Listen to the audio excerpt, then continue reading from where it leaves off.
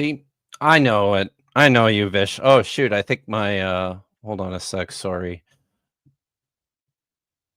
There. Did you ever do that where you leave your YouTube tab open when you're streaming and Oh, then yeah. you hear yourself in the background and it just totally messes you up. But yeah, Typical no, professional. I am a professional.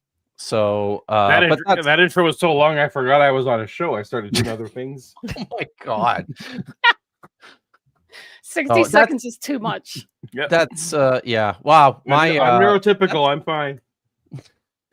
We're all very neurotypical here. Why you've never watched an episode of Budget Scripture Saturdays, because my intro for that one's like 3 minutes.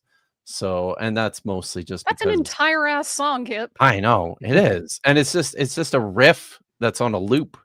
Seriously, it's hype up music, right? Good. Yay. Yes, exactly.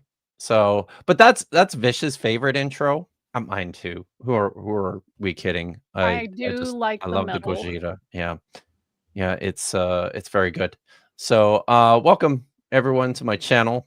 I'm Kip Davis. I'm a biblical scholar and a specialist in early Judaism, the Dead Sea Scrolls. It's Friday, October the 3rd, and it's 2:00 in the afternoon here on the Pacific Coast, which is where Vish and I are, but it's not where Paul is. No, not even close. It's much later in the afternoon. So I'm very excited because Paul has agreed to come and hang out with us today, which is something that's actually never happened before. So that's pretty cool. So welcome, Paul. I'm excited about it. Thank you so much.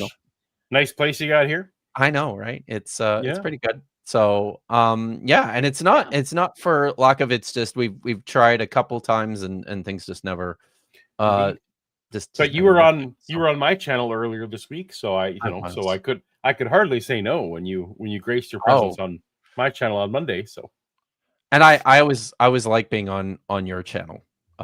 It's always fun.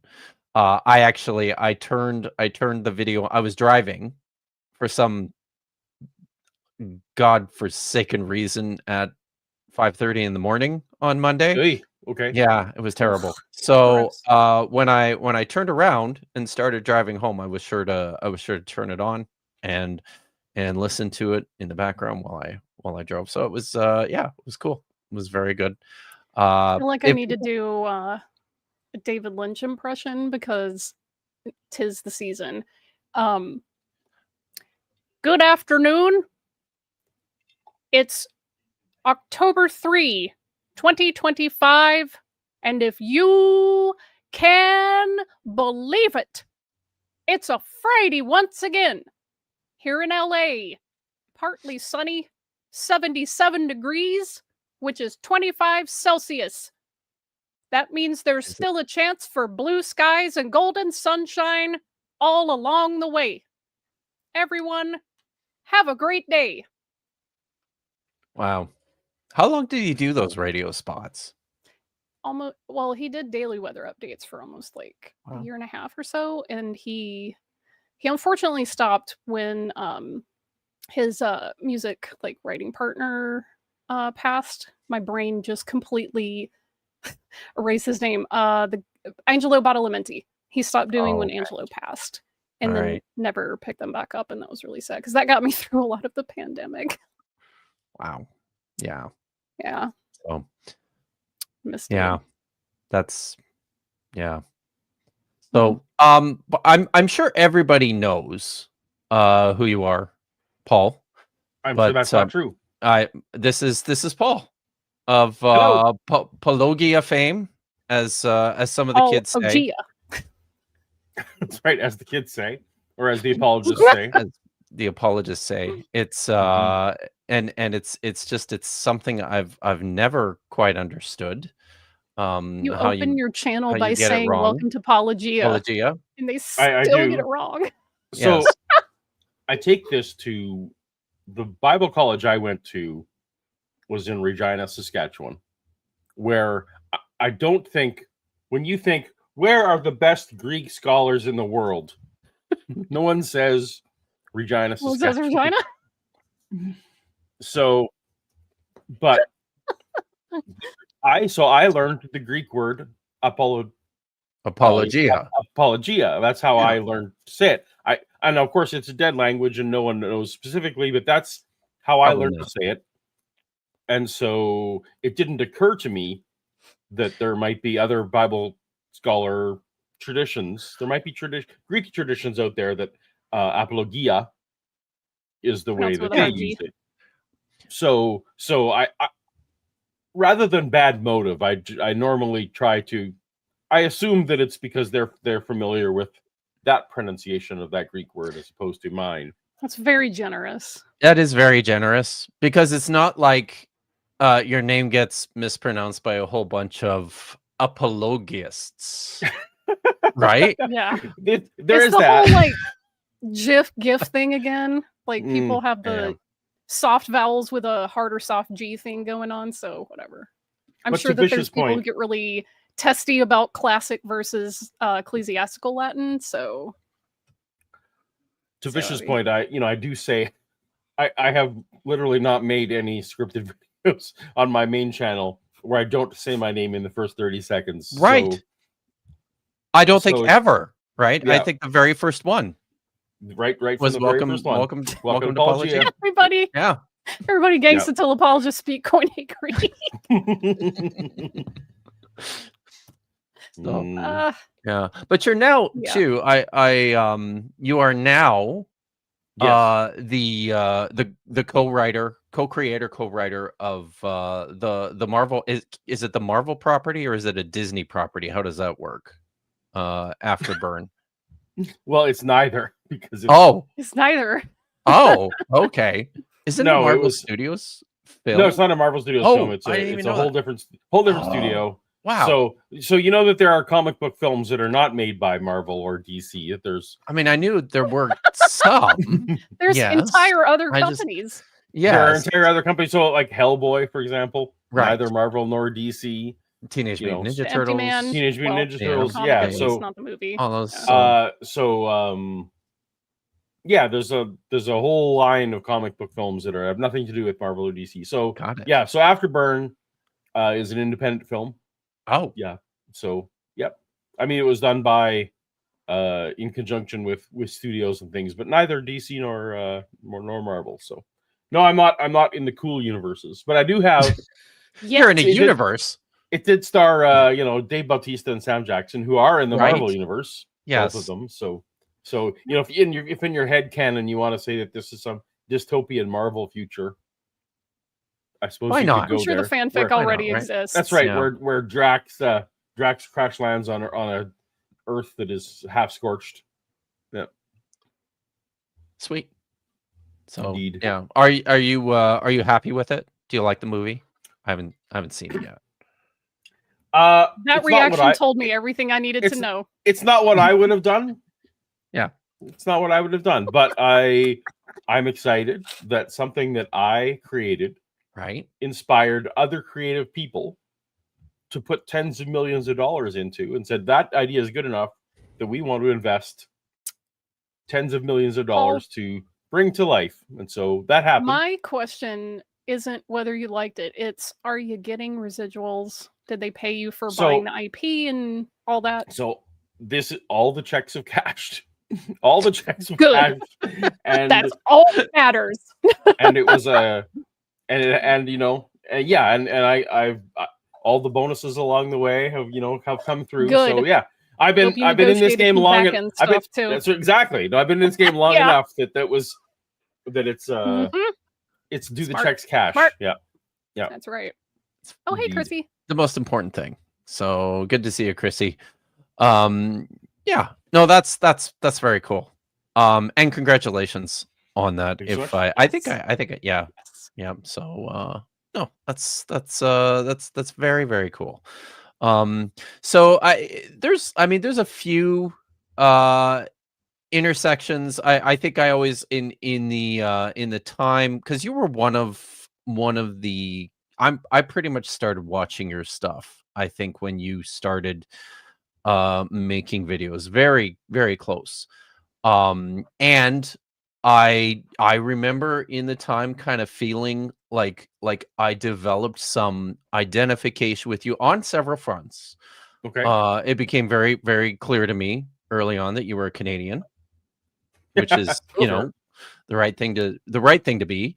That you were a former evangelical who seems to have had a very similar upbringing to mine. And then also for a time, I used to think you were a Calgarian, but Well, I lived in that city. Sure. yes. So yeah, so it was like it was like there's these things I was like, wow, this is cool. Because I'm all these things, which was kind of, it turns out you're not a real Calgarian though. You did just live No, I was there against my will for sure. there. So, but whereas I continue to pine for the place, but yeah, it's yeah, and I believe Vish and I might have actually had our first actual conversation in the chat of your Toast to Toast streams. Oh, I interesting. think, yeah, Really? I think so. That's how I remember it, at least. I could be wrong, but I think that's where we first interacted. But yeah. So it's a small world. It's a small world, and I've appreciated your contribution both to the times you've been on my channel, which you have been very generous and It's great. been a lot now.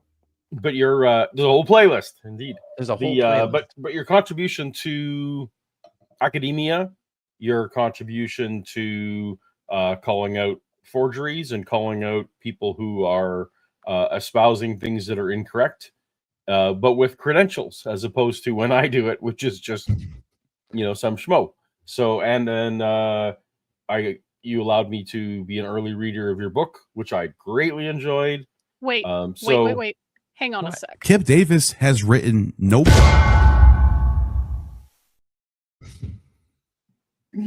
Wow. Thanks, Fish. I really should say your newest book, not even like your first book. That's like right. your most recent book. Anyway, accessible. no, it's all a mutual admiration society here, Kip. Oh, very exciting. That's cool. So I guess that means we're all in the right place then. That's right. So Paul so already knows that I'm a fan, so I don't have to get too effusive. so I mean, and unless we're, you really want me to, and I would. I prefer not, as okay. as all I'm uncomfortable with praise as a person should be. Okay. yes. I will not embarrass you So- and ascribe praise if to you- you on the street. If you have anything negative to say about me, I encourage that. I encourage that to come out frequently and often. Yeah. And in the chat, take it the same way in the chat. Please feel free to point out my flaws. Yeah, your They'll- flaws are they're never very good at visiting doing that. Disneyland because I So- live near it. Well, Gosh. sure. I mean, I'm like 15 minutes away, so Wow. Depending on traffic. I Orange County's So- not that bad for traffic. Look, all compared to where I live. I live in a little town. that's in a Yeah, I tiny mean, little well, town. because like nobody lives where you live, so We call it Narnia. That's where I live now. Narnia. So Uh-oh. by the way, it's All good. right. Oh, did you? Yep. Oh, cool. This is toast to toast levels of procrastination. Of I the main know, topic. right? Isn't it? That's Yes. I mean, we do that here too, quite Mhm. a bit. We take some of our cues from other Very, very good. other institutions, but Is there a yeah, we sponsor can. read that we have to do? No. No, no. we don't do those. Okay.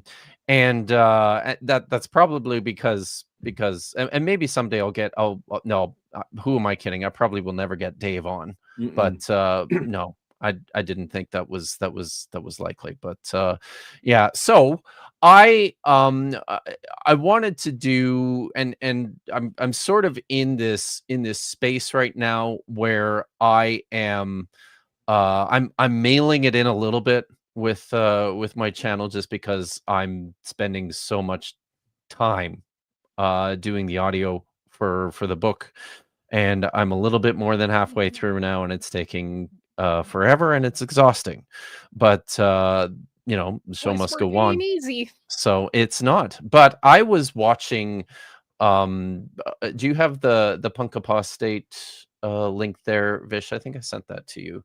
If you guys aren't On me. aware of Brently's channel, he streams pretty frequently in the afternoons, Pacific time afternoons. I guess it's a little later out on the East Coast, but he brought to my attention when I was watching him this last week, and I don't know why I didn't even think that this was all that novel when you really think about it. Puppets who do apologetics, and so I jumped into this rabbit hole, and wow, it's you know, it's just like normal bad apologetics, but with puppets, and I guess that tracks. I mean, I suppose. As both of you, What kind of person would try and put out a serious message in the trappings of children's entertainment? Right? That sounds animated. low. Oh, very. Why would anyone do such a do thing? That seems irresponsible and It really does. lowbrow.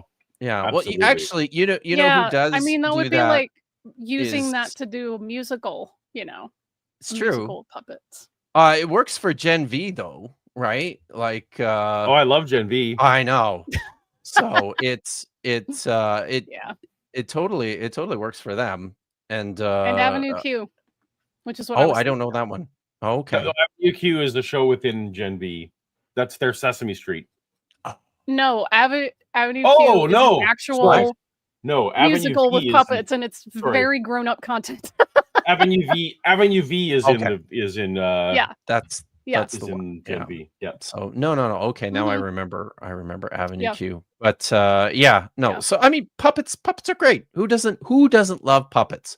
And I guess, as you know, three of us spent time in modern American / Canadian evangelicalism. I've done puppet shows in church. You know, I'm probably not the only person on stage here who's done that. So right, I think I've never done puppet shows. I bet, but Paul was nodding. I have 100%. Yeah. Okay. So and yeah, and it was the thing. I went to a discipleship school out in New Zealand when I was a teenager, and it was part of like training. Like, this is, you have to learn how to do this, because this is what you know, it was right after the flannel board class. Yeah, right after flannel graph. Yeah, absolutely. It's so kids in the 80s are doing Vish. So you, Oh, I know. That's right.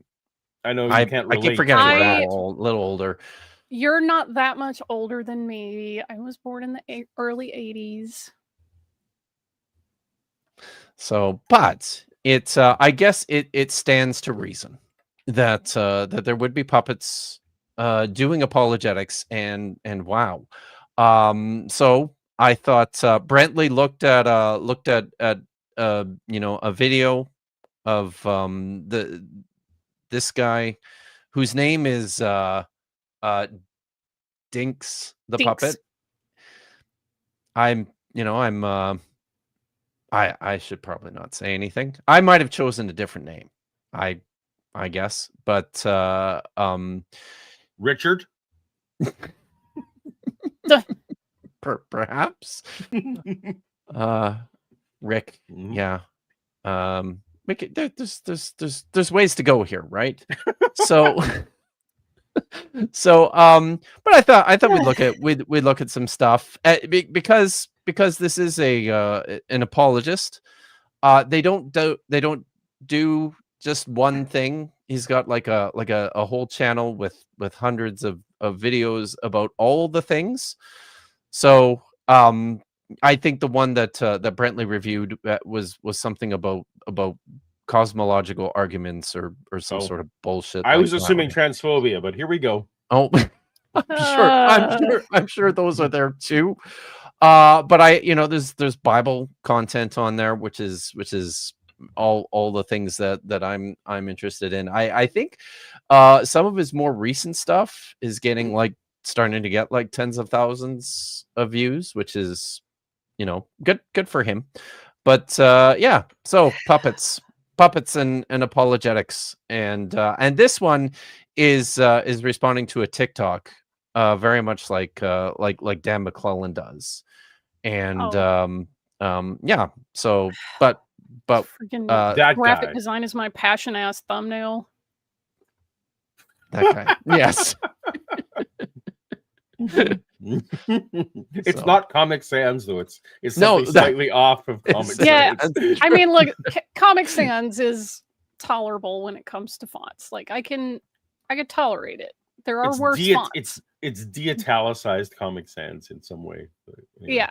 Like if it were Impact, it would be funny. If it were Papyrus, that would be worse because Papyrus is horrific. Definitely. So whatever, it's fine. So I would have done all caps, though, I think. But anyways. No, because then you can't properly capitalize Bible the way it's supposed to. Oh, I see. It's good that that's why you're here. I wouldn't pick up on this stuff. So I always do I always still capitalize just out of sheer habit. I capitalize God, I capitalize Bible, Lord. Like there's just a bunch of words that I still capitalize, and I feel like that helps. It helps Christians accept my tweets or whatever random thing I'm doing, because if you ever don't, I see other creators just get almost like saying the F word in the middle of your sentence, right? It's like, well, certain evangelicals, like they'll stop listening. So if you lowercase God, they're done. They're just gone. It's almost as serious an infraction as using like BCE and CE instead of BC and AD. Like do you still tweet with BC and AD? I do. Probably do, right? And actually, frankly, in the book that I'm writing, I noticed your book you used it. Yeah. But in Academic mine, Standard. But I've been using AD and BC throughout, just because I think my audience is going to respond better. Totally. There's even been some pushback in the academic community as well. My the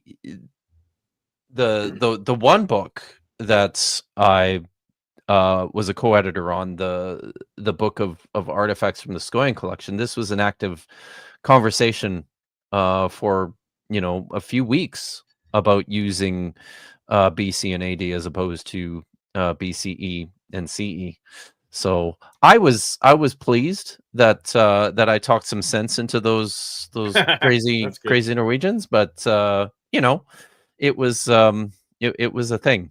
Part of that, though, I think too had a lot to do with the fact that Martin Scoian, who's the owner of the collection that we were publishing, was pretty determined. This is one of these things that he was really determined about, was the BC AD thing, and he's sort of a, I don't think he's kind of an evangelical. He's not really an evangelical, but he's very evangelical, sympathetic, empathetic. So yeah, it's almost like Christianity has hegemony in the West. It's almost like that. It truly is. So, but what's also hilarious though is that the same people who will get on my ass about not capitalizing him when it's God, they get upset that you in the book use YHWH. Like they're equally, like, they're offended by that. Wow, that's wild. So wow. Yeah, because it's like, well, no, we're just kind of honoring the tradition. Thanks. Like that's all we're doing. Yeah. Anyway, and you've read the book, and you see that I do both for very deliberate reasons, because sometimes when you're talking about the God of Israel, there's a way that you need to identify that figure, as opposed to when you're just talking about individual gods, or even identify, and there's just, even when, because I've talked about in the book, I talked about Yahweh, the God, the small g God of Israel, or the small g Canaanite God. Those are important distinctions, and it's annoying when people. You know what's funny? is there are like a segment of commenters. There's a segment of commenters on the internet that get really mad when you don't say God's name. If you use like a circumlocution, they just get super triggered about it. Yeah. And they think that like this is some kind of own goal. And I just want to let the audience know that Jews don't cease to exist if you just say God's name around us. We don't get Thanos snapped out of existence. After the Yom Kippur service the other day, one of the people in the attendance came up to me and we just were having a conversation afterwards. They were like, hey, thanks for the, service. You did a lot of things that were really important to me. And I'm like, thank you. And then we started talking about ancient Israelite history. And they were telling me that they just like had learned about El, the Canaanite god, and how like over time, all of these different identities were subsumed into the Israelite god. I'm like, yeah, this is stuff, that I've also learned. And they were very excited about it. So it's like, why do people think that they're getting some kind of own over us? Like, oh, did you know that your God is just an ascent? Like, yes, actually, we teach this in our yeshivas, but cool story. I'm glad that you learned that. Welcome to the club, I guess. But I just remember when I was shopping for rabbinical schools, I directly asked the administration, like, hey, tell me about, the pedagogy, tell me about all these things. Do you teach documentary hypothesis? Do you teach supplementary, whatever? And they were like, yeah, we totally teach documentary hypothesis. We talk about critical scholarship and I'm like, sweet. So, I'm ranking schools, but this is not secret information. I don't understand what people think they're doing there. Like, some people grow up. It's true. All right. Well, it's just funny. Should we dive into? I want to see puppets. I'm bored. Okay. Let's hear puppets. Okay. All right. Here Let's we go. watch Dinx. It has become clear to me that most Christians have no idea how the Bible was put together. And that's probably true. That's probably true. That probably is true. Yes. Yes. That is true. Chrissy said Vish is wrong. Totes made some Jewish friends go, I don't feel so good, Mr. Stark, when I said God's name.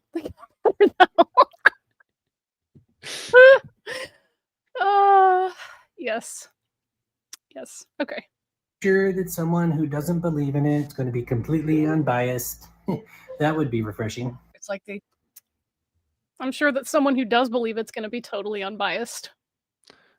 Take your bets. Yeah. What do you think? The bias comment is always an interesting one to me.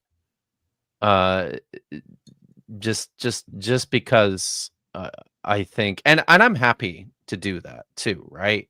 As a scholar, I certainly do promote certain biases towards the literature when I'm reading it, in large part because I feel like I have to.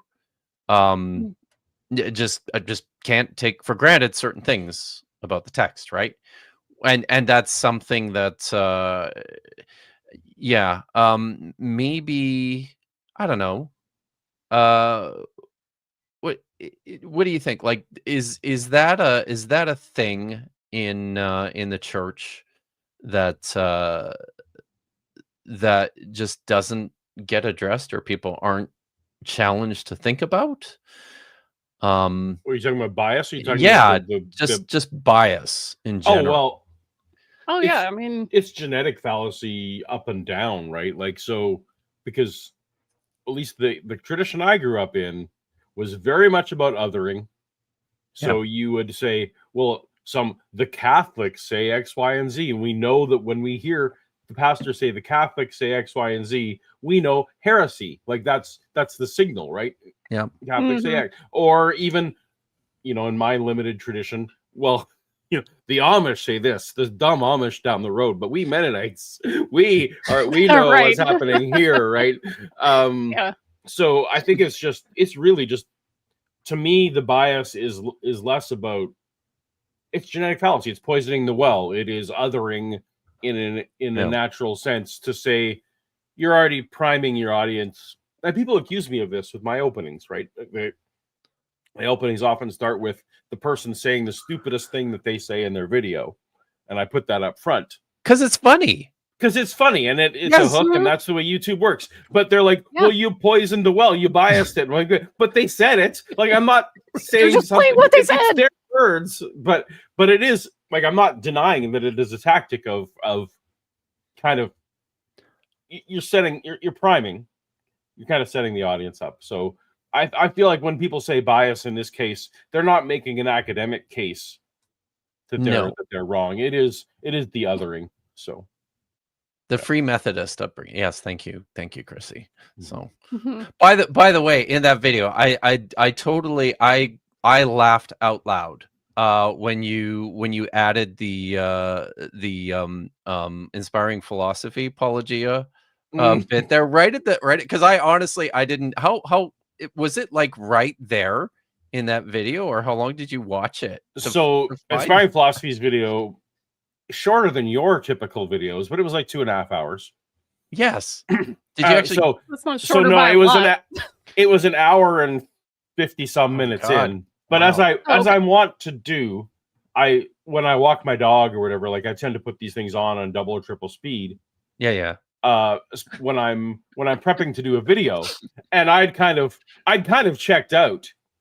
Sure. I was out and I was touching grass. I was walking my dog, but then I hear my name, right? Yeah. Like, wait, what? So yeah, so it was deep. It was pretty deep. It was an hour and 50 some in, but yeah, they threw my name under the same bus. It's like, why? What did I do here? Yeah. Oh, All right. that's funny. It was very funny. Dropped out of the sky one day. Well, Already leather bound. That's cute. With Jesus's words in red. most of us who study the Bible understand it was written in Greek and Hebrew and on parchment. No, I'm not under any false ideas like that. See, I've that's actually come across people that did not know that it was written in Hebrew. I certainly have as well, but I do think that this is often in an over a badly worn trope. Yeah. Many evangelicals do behave as if the Bible just dropped out of the sky. Or But that it was written in English. huge, or that it was written in English, but there's plenty. I grew up with I mean that's how I ended up in biblical studies, right? Was because I ended up with this crazy fascination with the texts and with the culture and with the languages, right? Like when I was still a teenager, I was like, all over this shit, and that felt quite normal, actually. So Prixie Purple said what was that? Can you pull that back up? They Met an adult in college with a college education that thought the KJV was the original. Yeah, I mean you do encounter that. So one of my profs at college actually told a story of giving a lecture at a church on the Dead Sea Scrolls, and a gentleman very excited came up to him and asked if he had pictures or if he could see any of them, and so he pulled out some books and some things that he had in his briefcase, and the guy's looking at like Hebrew manuscripts, right? And turns to him and goes, "So are all the these and the thous in there?" That's amazing. I know, right? bless. Also based Angela on says one of Bart Go ahead. Ehrman's first day of class quiz questions is, what language is the Bible written in? And a lot of students say English. Wow. Well, that's also why based they're on in the the clip we class. watched, I want everyone, just homework for everyone watching, I want you to search leather bound Bible, but I want you to put leather bound in quotes. Just leather bound and then Bible. See what comes up. Okay. That sounds Is it gonna be dangerous, cursed? actually. Is it a dangerous search, Paul? Are we going to get Maybe not at work. Are we Maybe talking don't do it like- maybe don't do it at Is work. it- Are we Not at work? talking leather sourced from anthropological sources here? No, just or- you want the leather bound parts in quotes, and then the Bible separate. Okay, I like back to that. the puppet. I do understand how insulting your opponents does make you feel like you're smarter. But the reality is that it He says passive aggressively insulting. This is seriously though, but this is I think this is it feels like the prerequisite for apologetics as much as anything is smug smugness. Oh, of Um, course. Yeah, very And there's the smudgeness. All right. even puppets. Is a mess. Right. Ready? Yep. Messy collection. Messy. Have you even looked at this at all? Look at this. Yes, it is Like- very messy, actually. The narratives are messy. But do you hear how he's interpreting Doesn't mean this, that it was right? sloppily assembled. Right? Yeah, that's it. Narratives are Like- messy. Like the content of the narratives is messy. People make mistakes. They do bad stuff. They make terrible choices. Like people are flawed. That's messy. So, well, there's lots of other messiness in the New Testament. For example, there are 13 letters attributed to Paul, and possibly 14, depending on if you think what Hebrews is. And those are, there's only 7 of them are widely thought to be written by Paul now, and so those are all mixed together. There's there's letters that contradict each other, next to each other. There are First and Second Peter. No matter whether you think Peter wrote one of them, definitely didn't. The same person didn't write both of them. It is the New Testament is a mess. Of course, if you look at the Hebrew Bible, the Old Testament, you guys know better than I do, but different groups organize those books in different categories. Which things are major prophets? Which things are minor prophets? Which things are even prophets? There's. I mean, we just have prophets. It's just one category. Well, then I will say this though. In Christian Bibles, there are books that are collected with prophets that are not collected with prophets in the Hebrew Bible. Yeah. So, but yes. But this is they're appealing. I assume the appeal is univocality, right? Like that's the the I think phrase so. that they. Yeah. Yeah. So that's a good point. Simone brings up. Do you know this? Do you know these terms, Paul, Ketiv, and Kare? So this is in the Hebrew text, the Ketiv is what's written, and the Kare is what's read. So these were early corrections that the rabbis were actually making to the text. But by this time, like by the medieval period, they were already under this compulsion that they couldn't make any actual changes to the consonantal text. So they would add notes in the margin, and those would be the Kare is what you read, even though you preserve what's written. You make a note of it so that you off the recognize. Top of your head have a reference in Daniel real quick, because I can pull up the Leningrad Codex to show the audience.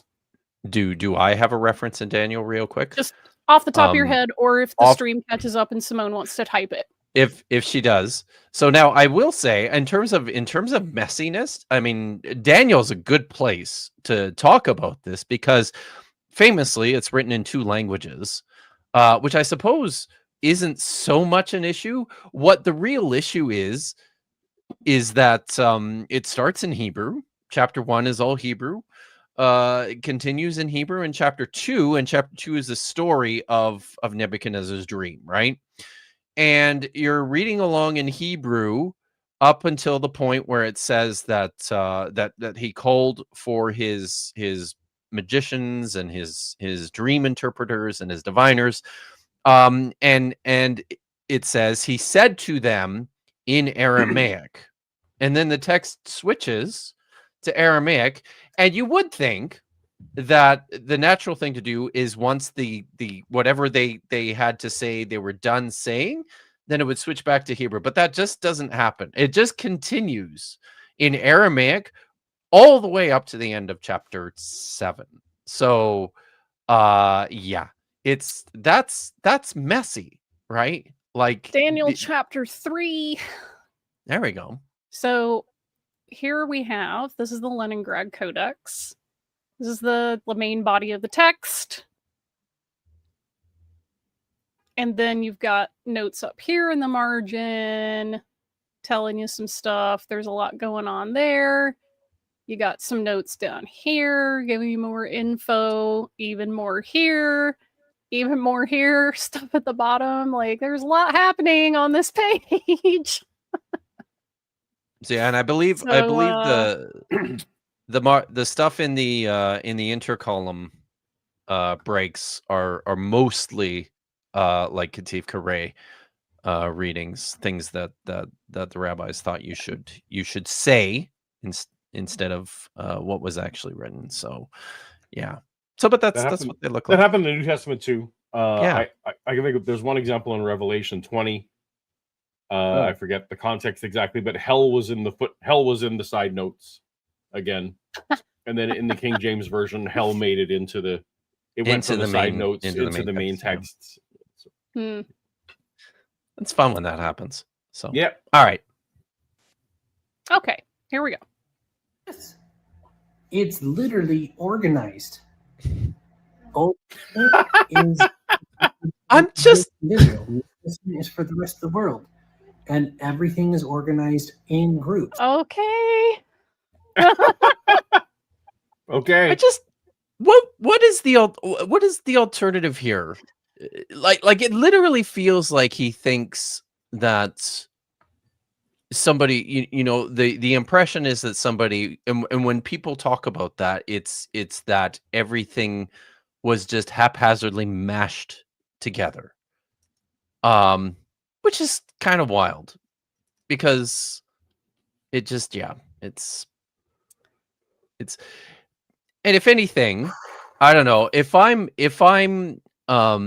you know, another way to look at this too on the univocality front is that the organization of the collection is in many respects strong evidence for, you know, just how much human influence, how much human intervention has occurred with this text, with this collection of text. The fact that we have different ways of organizing them too, right?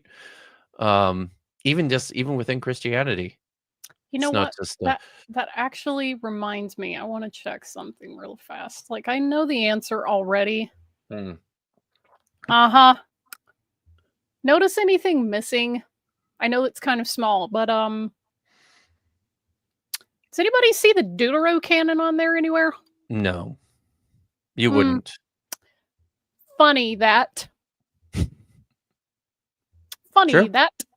Organized. I Old Testament is what God did for the nation of Israel. New So I have in my pantry, I have 4 bins because that's what my local municipality needs. We have paid recycles, we have plastics, we have paper, and we have main garbage. And actually, no, and we also have compost. So 5. That sounds like a lot of work.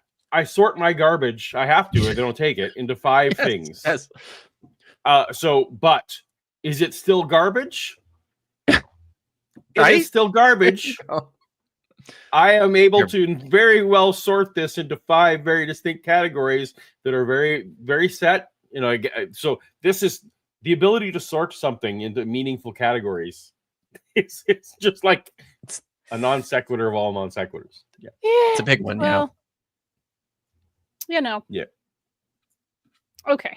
Testament is for the rest of the world, and everything is organized in groups. How is that is for the rest of the world? Old Testament is what God did for the nation of Israel. New Testament is for the rest of the world, and everything is organized in groups. How is that messy? Collection of letters, stories, non-eyewitness accounts. Matthew, John, and Mark literally are writing what they saw. No. No. Hey, you've done some work on this, Paul. No. Doesn't First don't one of those letters open with, you know what, we're writing this down based on other accounts so that you guys that's know Luke. what So he left Luke. He left Luke off the list. So I will grant him that. Okay. Mark never met Jesus, unless you think Mark was the naked. Some people think Mark was the naked guy that runs around at the end of the book, but no, Mark is. If you accept the most evangelical tradition, Mark learned all his stories from Peter later on. Like if you accept the most Protestant tradition you can, so no. So at least John and Matthew, maybe, but not Mark. And also, no, the authorship of Matthew and John are garbage. But to throw Mark in the list is just silly. That is very silly. Yes. So, Yeah. because they're anonymous texts. They're anonymous internally. No matter, Yeah. and even I mean, there's external evidence for this as well. I mean, we have all this. We have the statements made by Papias, which are super problematic on their own with regards to what he's describing and what actually appears in the New Testament. But then you have things like the Didache and Justin Martyr, who and I actually I got after I believe it was Eric Manning at one point. I got after him and told him, look, you just simply have to stop saying that there's no other designations for the Gospels than the 4 Gospel authors, because what the Didache, what Justin Martyr calls the Gospels, are the memoirs of the apostles. That's a title. Yep. I don't care that you think you know what that means. That's not how the earliest sources are identifying these texts. Seems to align with the fact that internally there's no authors, known authors. So yeah. There's plenty of. Oh, man. You're exactly right. There's plenty of opportunity around from up to 180 BC or up to 180 CE. The that someone could have said Matthew, Mark, Luke, or John, but no one does. And then what we have is Papias, maybe written, if you want to be super generous, that's written in the 1st century, if not second. But what he describes as Matthew is not the book that we have. It sure isn't. And what he describes as Mark is like, Mark made sure to leave nothing out ever. And it's like, well, but Mark is the shortest book by a lot. Yeah, really. So like I don't doubt that Papias had books that he thinks were attributed to Mark and Matthew, but they're not what we have. It raises some really tantalizing questions about what was there, right? Prixie Purple. I've heard this literally word for word before. Excuse me, evangelicals get the truth from the Bible, not tradition. Yes. There you go. Yeah, but Yeah. the only place in the Bible you somebody call Walter to Good. Thank you for that. That's a good reference. If you're counting on the Bible to tell you who wrote the Gospels, then you're basically making the table of contents part of that, right? Because it's right. Yes, exactly. Oh my God. Table of contents also inerrant, I guess. So perfect. So one time I remember in high school, I was hanging out with like some youth group, and we're over at somebody's house and we're just hanging out having sodas and snacks or whatever. And we got to talking about the flood. And at the time I had been listening to Kent Hovind and didn't think that that was a problem, which obviously I came to my senses later. But I remember talking about that. And one of the people in attendance said, well, the Bible notes say that like Leviathan was a hippo or a crocodile or something like that. And I looked at them and I said, yeah, but the commentary is not inspired. And they looked at me like I had just blasphemed. We're close to the same age, Paul, and I remember when I was a teenager, these very, very popular novels, Frank Peretti's This Present Darkness. Darkness. Yeah, were published. I've read those. Yeah, and I distinctly recall that in some circles, this is what became canon for some people. Yep. And yeah, it's they're well told stories. No, I'll give him that, right? And he's very He's very inventive in terms of his yes, good Bible fanfic. It's the same thing Sure, with the but Left Behind to the extent series. that, yeah, those things have basically Left Behind and the Freddy books have been basically become subconsciously canonized into what evangelicals think is their rapturology and their demonology. They don't realize that those things, they also don't realize that Enoch is a contributing factor to what they think about demons and angels, right? I was just about to say, I was just about to bring up Enoch. I'm like, this is how Enoch became popular. Right. It's the same phenomenon. People like good fanfic. So an upcoming video I have is with Dr. Travis Proctor, who wrote a book on what first century people thought about the supernatural. It's the first century conceptions of the supernatural. Very cool. And when I was interviewing him, I literally said, "Oh, so can we talk about the Frank Peretti books?" And he's young 40s, right? Or maybe late 30s. And he stared at me and he's like, "Who's Frank Peretti?" And I was like, "What?" I'm both excited and dismayed that you have literally your career has been studying demons, but you don't know. And he's never. Is. But I'm like, wow, but I was happy for him, right? Because he's a historian, and he can't tell you what modern people say about this stuff. He's been studying what first century people thought. Yes. But I was like, how liberating that this is your topic. You escaped. You escaped the wild world of Frank Peretti. So, by the way, I love people. They're activating my bard right now. Do phenomenon. Do. And then also, this is a good one. Try Peretti's miracle elixir.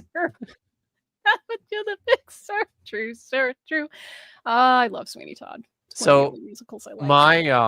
My MA thesis supervisor was Marty Abegg, and he he spent a lot of his younger adulthood on Vashon Island, which is just off the coast of Seattle, and he was a roofer. He patched people's roofs and replaced roofs on their houses on Vashon Island with Frank Peretti back in the back in the, I guess that would have been like the late 70s, early 80s. So it's a wild small world. So when I moved to California, I worked very hard to get rid of my Canadian accent as quickly as possible. But the one thing that always gave me away was when I would say roof. Yes. I would talk about a roof. Right. They were always like, "What the fuck are you talking about?" I don't even hear it. Right? Do you mean a roof? I mean, yeah, that's what I meant. I meant roof. Yeah. Wait. Hold up. Canadians say it how? Roof. That's the correct way to say it. Not everywhere in the U.S. A lot of Americans say roof. I've heard people say rough, but I assumed that was just like a regional dialect. I didn't realize that was California too. You were in Northern California. I was in NorCal. Yeah. Okay, so. that might explain. I was going to say I don't recall. And maybe like LA's like. I mean, probably LA's so full of people from everywhere else except for LA that it probably just doesn't. But LA. I mean, that is the joke: is that everyone that lives here is from somewhere else. But also, LA works harder than most to be non-regional. Right. Like actually, I know there's people literally spend their time trying to sound non-regional. I admit it, and I've done it even before I moved out here. So, I know of which I speak. Sometimes. Facts. Okay, back to the puppet. We're delaying this. The only one who did historical investigation, which would actually make him more credible because he interviewed other eyewitnesses. But I can understand how you would not want to believe Nope. You're welcome. Luke 1 does not say that he interviewed any. Luke never claims to have interviewed anybody. He sure doesn't. He says that many have undertaken to draw an account things that we've fulfilled among us, just as they've been handed down to us from the people who are eyewitnesses. Handed down to us, not handed down to me. That basically, he's just all Luke is saying is there is an oral tradition that some people think are from eyewitnesses, and obviously other people were able to contribute. So yeah, no, just that was one that drives me. Luke never says he interviewed anybody. So stop saying it. It's like they latch onto that word, right? The eyewitnesses. Yeah. And then they just run with it. So yeah. It, yeah. Yeah, no eyewitnesses. Not true, but they are eyewitness accounts. Poems. You don't like poetry? And That's the historical other. doc- This is I'm still. And they were debated, argued over. Yeah, because we care about the truth and we want to make sure we got it right. I know. Okay. So, go ahead, Vish. No, I was just going to say there is actually poetry throughout the Bible. That's how a lot of people, even today, pass on histories culturally. They do it through poetry and song. Okay, not everyone has written record traditions and legal documents. Yes. And these texts are still being argued over and debated and turned over. This is an ongoing conversation. And not everyone's doing it because they want the truth, TM, whatever the hell that means. I'm cool. It's fine. It's fine. I think I understand that this is what I thought I was doing in the time that I was still an evangelical, at least.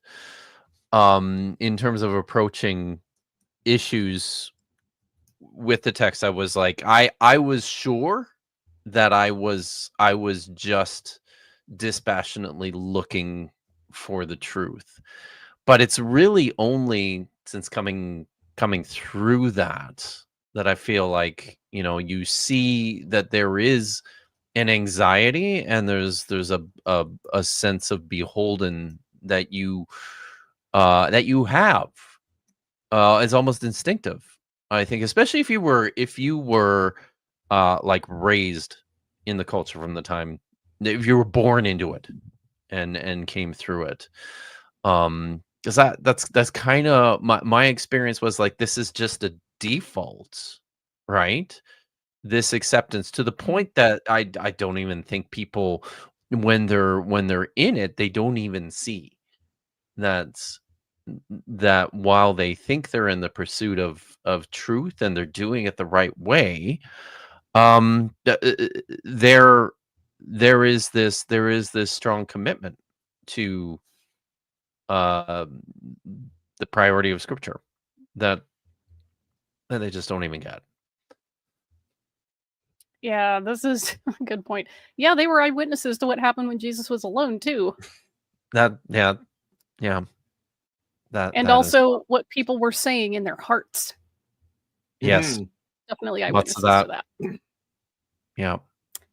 Do you want me to read some super chats real quick, or do you want to wait? Yeah, we got a couple of those. Let's look at those quickly and we can move on. Touch for 2, Kip and Paul now with 3 dimensions. Oh, first time actually, I think. Like on the same screen, yeah. Yeah.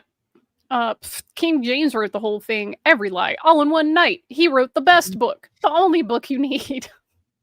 Thanks, Chester. Scott Grays for 1999. God's propaganda is on the way. Can't wait to read it. Thank you for all the free education you provided. It means a lot to me. Cosign. My pleasure.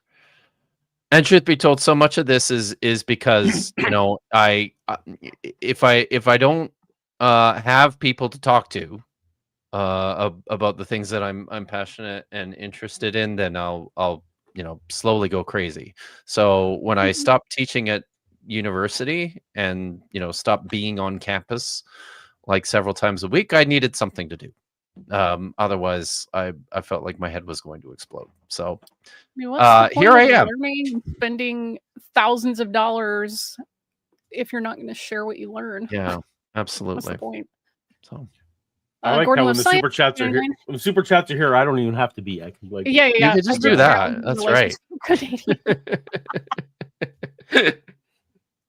Oh, there we go. Yeah. Some of the Americans do speak Canadian. Has been my People's like specific regional dialects, they tend to soften the more you travel, that I've noticed, but it also can be like me being neurodivergent. I would emulate the people around me, and I would emulate what I would see on TV and listen to in movies. So I did a lot of impressions as a kid. And that helped me when I decided that I wanted to pivot into like theater and acting and voice work. So yay. yay. The internet was also a great gift in that way, because you start talking to people that live all over the planet, and you get to hear how they speak, and you get to hear all the different, regional dialects and accents. It's very fun. So love. Oh, one more before we start. Cloud Seeming for 5, Apologia promised me fun, and all I found was leather-bound Bibles. My disappointment is immeasurable, and my day is ruined. Wow. Was it a ruse? I see the mistake there. Leather bound shouldn't have been one word. You got to make it two words. Leather space bound. Try again. Yeah. Try again, Claude Simeon. Also, speaking of regional dialects, if you want like an Appalachian and Deep South way to say the last word of this, it would be runt.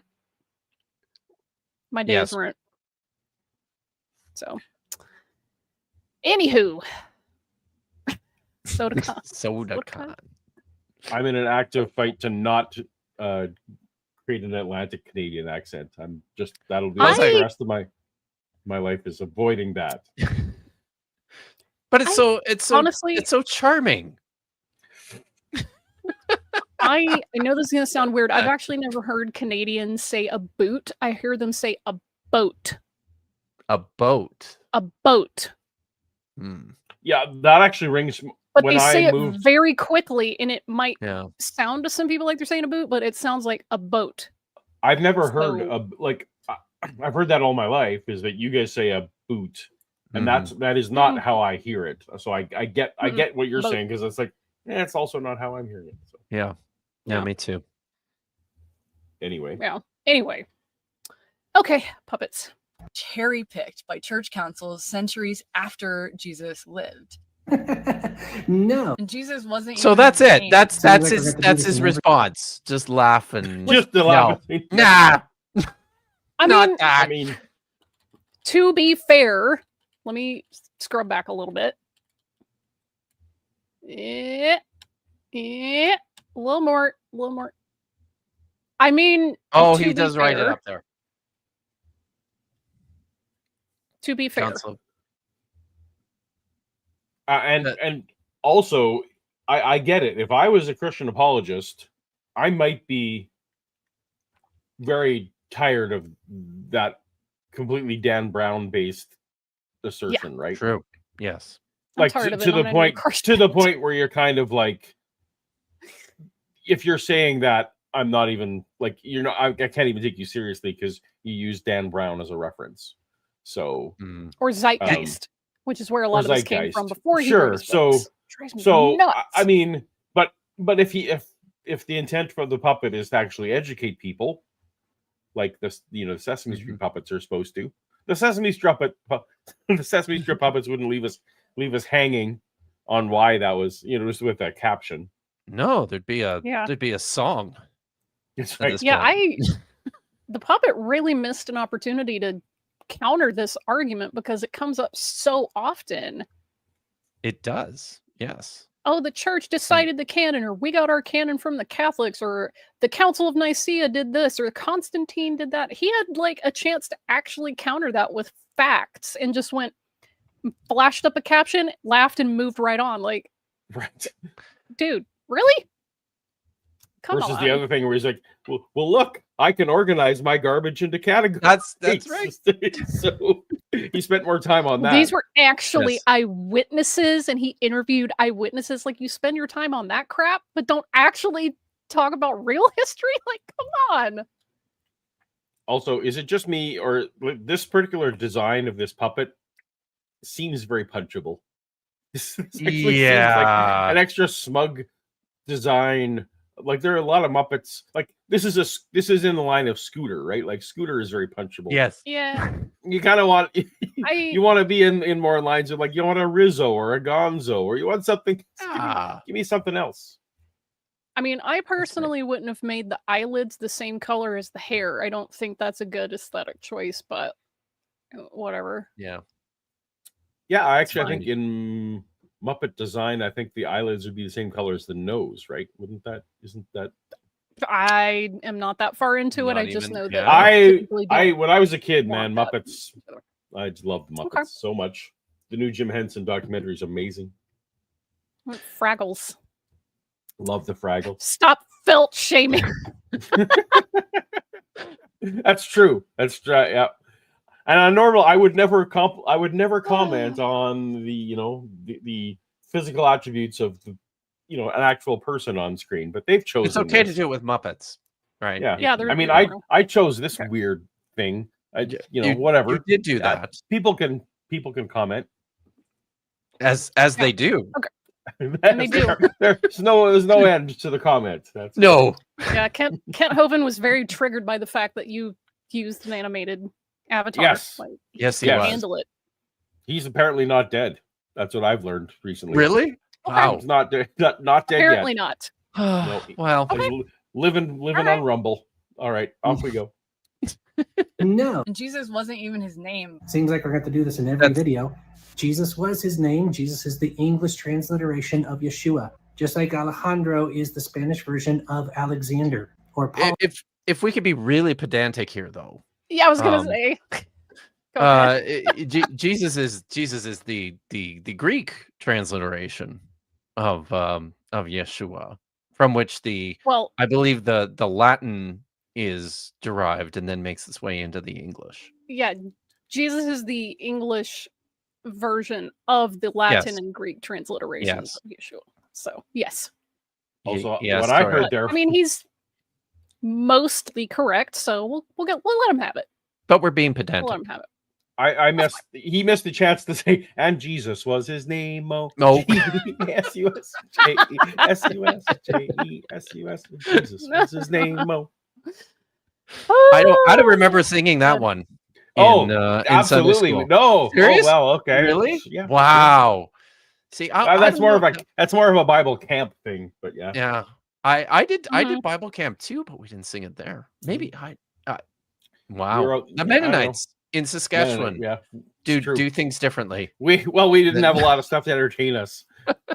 We weren't allowed to have the VHSs, so Oh, Sure. all right. Was the Roman version of the name Saul. Or Peter's name in Hebrew is So- Cephas. Oh, There's That's Well, something that I. Can you talk about that, Kip? Were you going to talk Did- about the Saul Paul thing? yeah. I don't know if everyone caught that. What he said is that Paul is the Greek version of Saul. He which said it's it- the Roman version the of Roman Saul. He version, didn't even say it's which the it- Latin version. He said it's No. the Roman version. and it's just I don't not. it's not. Now I have to think about that now. Because I don't know off the top of my head, but Apollos means small, I think. And it's not a transliteration, right? as someone whose name is Paul, I can affirm that is correct. I had many people in my growing up who assured me that was true. So yeah, I bet that made you feel good. Ah, yeah. So, That's But amazing. and also, I mean, most scholars have completely moved away from that. There was a pre-Christian name and a post-Christian name. yeah, that is- exactly. okay. That scholars, by and large, don't think that's real. Nope. Kip, I want to ask you this because Yeah. Acts 13. Salos de Okai Paulos. What would that be? So that's Acts 13. So if I heard it Uh-huh. correctly, you said Salos de Okai Paulos. O Kai Or Paulos. Paulos. Saul, Mhm. but Saul, the one also Paul would be like a direct translation. So it's, I mean, I guess it's yeah. Is that Acts 13:1? No, it's verse 9. Oh, verse 9. So let me look. It just says I don't. that's also his name. Like, it doesn't That's say, the, well, this was his, he changed his name after he did this, that, and the other. No, it just says is that it? Saul, Is but that really also, yeah, that's that's it. that's where, wow. See, I was That's unaware of this it. because, you know, I don't read the New Testament. So Just one day, I got tired of hearing people just make shit up. They're like, well, he changed his name to Understand, okay. Paul after Yep. he had the vision and did it. And I'm like, no, he doesn't say that. And the text doesn't say that. And I was like, well, let Yeah. me see if I can find where they get this. But no, the Greek is just Saul, also called Paul. Like, that's But I just also something people I'd call him. also Like, say what? that this verse, Vish, doesn't, if a different source had said he changed his name, like if a legitimate source, this verse doesn't actually throw that into the garbage. Like, It No. no, but that's, I mean, It's that's like- where it's like this- apologetics lives, right? It Yeah. just lives in the margins of whatever we can do with. but there's a reason why on the news everyone says, you know, Elon went on X, and then they also have to say, you know, Twitter. Yeah. Because True. no one's taken the new, like, then everyone knows the old name better. So Brand recognition, baby. exactly. So, All right. by the way, I was going to say people could see me working that out in my head with the Greek, and that's because well, it's because I read Greek, but I don't spend nearly as much time with it. And also, importantly, I read Greek. So when I hear Greek, I have to go and I have to try and see it. Mm, Oh, that's like me So- with French. Yeah. yeah. Yes. Yeah, I can read French much better than You- Jeez. Yeah. Someone starts talking to you, and you're like, "Oh, what? Oh, Because there's like 8 different Better ways see. that you could spell any given French word just based on how you hear it. Wasteful Yeah. ass language. so feels like." Swole Karitko has entered the chat. Somebody said Greek. He Oh, was by saying- the way, I was talking to him today, and it turns out he broke his finger last week. Can you guess how Swole Karitko broke his finger? was it take a was guess. it lifting? was. Excellent. Excellent. I know, right? Sorry, I was. It felt like it was. It was maybe time for. one Kip of the- Davis has written nope. Thanks, Maya. All right. Here we go. Different languages. It's okay. But somehow it's the name above all names. And this tells me you haven't even looked it up. The name above all names is Lord. So I'll say Well, I mean, and that's. I mean, What? so the English? point. Yeah. So let's give it to him that he's actually right. That in Philippians, I believe it's That's a Philippians, title. right? That the name That's above not a all name. names. That's a title. No, It but is. it is how it's translated into modern English, though, right? Like It with is. it's the Lord all uppercase. Well, it's the Yeah. mixed case, whatever they call the all Yeah, but uppercase. Greek small doesn't caps, do lower- small caps, thank you. circumlocutions like that. Like there, you don't see the name of God in Greek. It's all Kyrios or what's the other one? Come on, Kip, help me out. What's the other one other than for- Kyrios that they use to refer to God? Oh, Theos. Theos. Like that's thank you. just the name. Yeah, the word God. Yeah. So They don't use a personal name for God in the Greek text. Right. So like, see, I think what? that's where like that's where I would. I mean, I would never. I'm a Hebrew Bible scholar. Right? Deep So, I mean, cuts. I would- Thank you. I'm so glad somebody knows about the PP thing. Okay, let So me I would- let me just give people a handy little factoid here. So this thing about PP, anybody who knows what the Greek alphabet looks like, you know what like pi looks like, right? It's like 3/4 of a square. Yeah. Well, that looks very similar to the Hebrew letter hey, which a lot of people accidentally write by connecting it all across. And people who were reading the Hebrew text at some point wanted to leave the tetragrammaton in there And so they, wrote Yod He Vav He, but whoever was writing it in Greek obviously doesn't know how to draw Hebrew letters, and so they wrote Pi Yoda, and it came out looking like PP because they read it like left to right instead of right to left. So there was like people are going around saying like the God's name is PP because they fucked it up. Yeah, like I didn't know that. That's fun. Yeah. So this is a whole thing. Like there's manuscripts where you see this written, and if you're looking at it in Greek, you're like, what the hell is PP? Right. And it's them just fucking up the tetragrammaton. That makes sense. That Greek. totally makes sense. But yes, as a Hebrew Bible scholar, the way that I would put this is that the name above all names is Yahweh. Which sure gets translated into Kyrios, which then gets translated into Lord in English. But I don't know. That's just pedantic me again. But I'm guessing that the case, so we're getting an extremely abbreviated version of what this, I presume, is a non-Christian person who's commenting on the Bible, the person who's on screen now that he's replying to.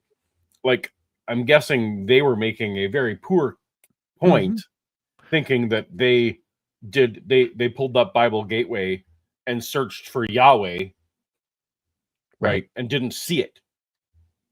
You won't find it. It's true.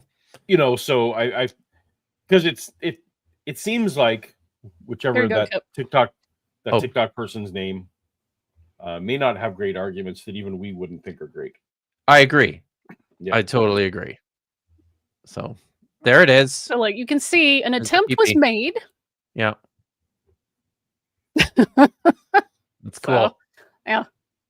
Yeah, this is like deep manuscript lore.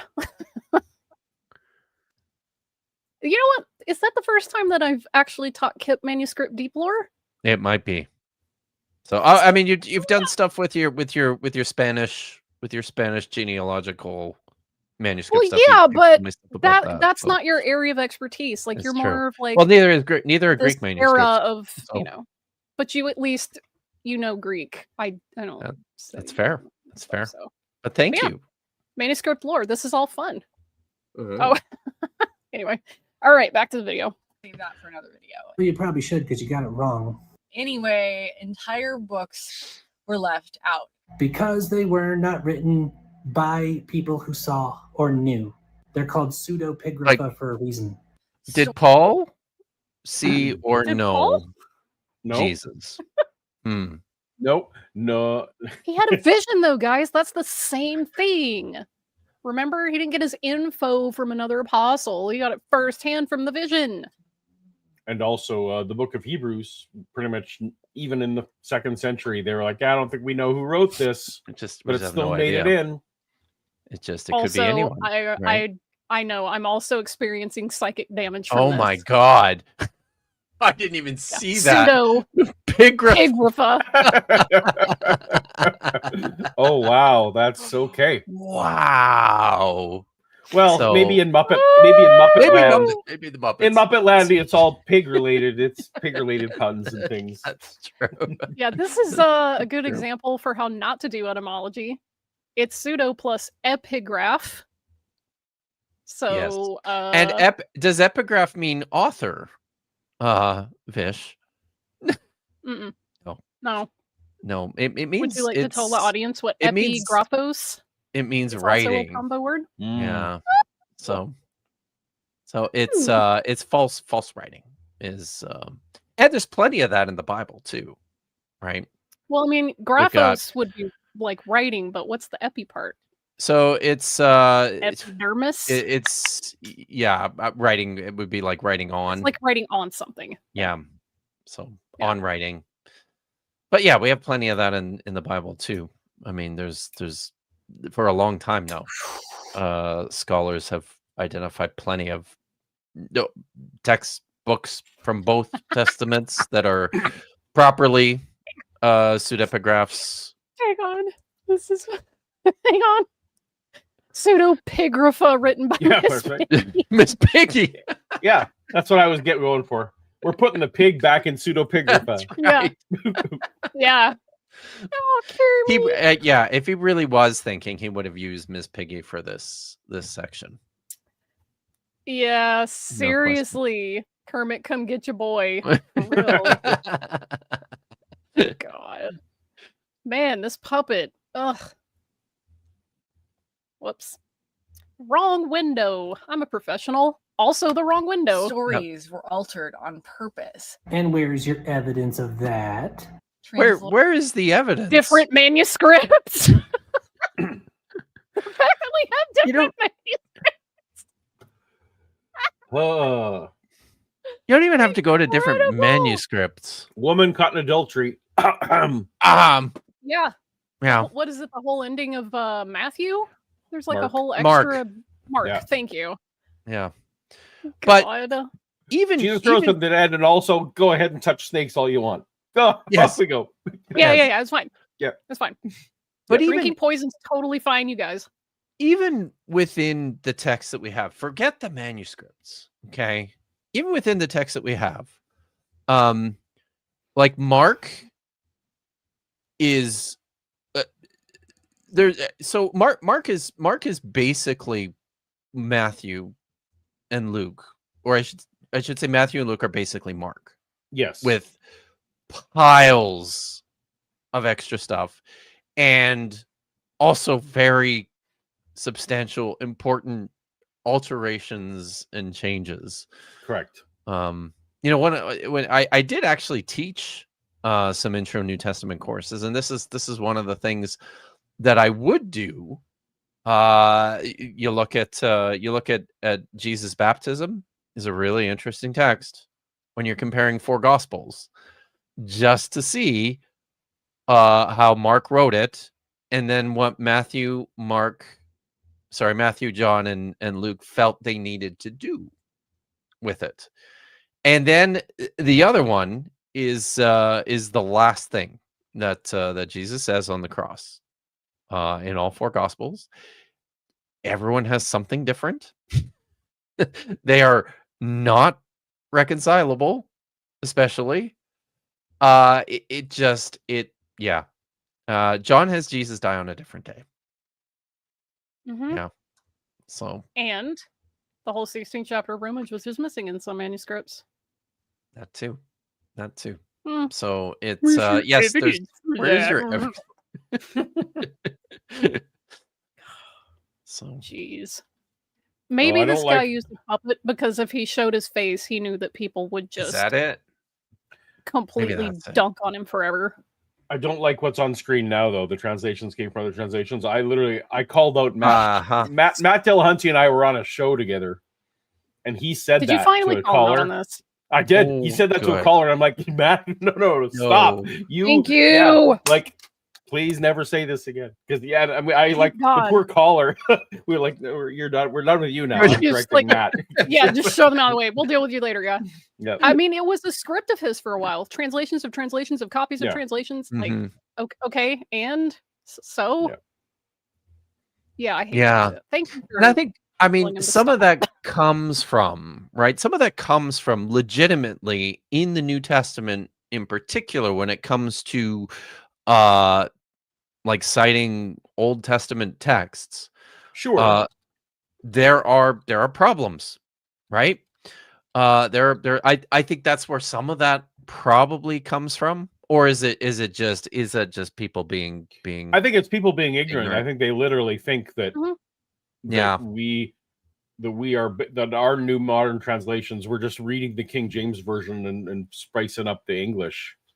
Like yeah, there are people that's who not what happened. there are people who think that. You're not wrong. So like, yeah, when New Testament authors, they quote the Old Testament, they're often quoting the Septuagint, as you know.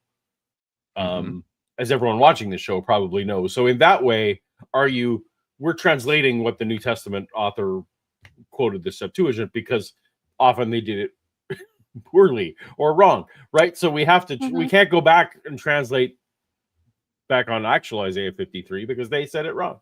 So the fun I guess thing that makes sense. about it does. The fun thing when you actually dig into it, the Septuagint, the scripture citations in the New Testament certainly mostly look like the Septuagint, but not universally. And even there, it raises all sorts of questions. Look, we upset the professor in the He's like Septuagint catching strays.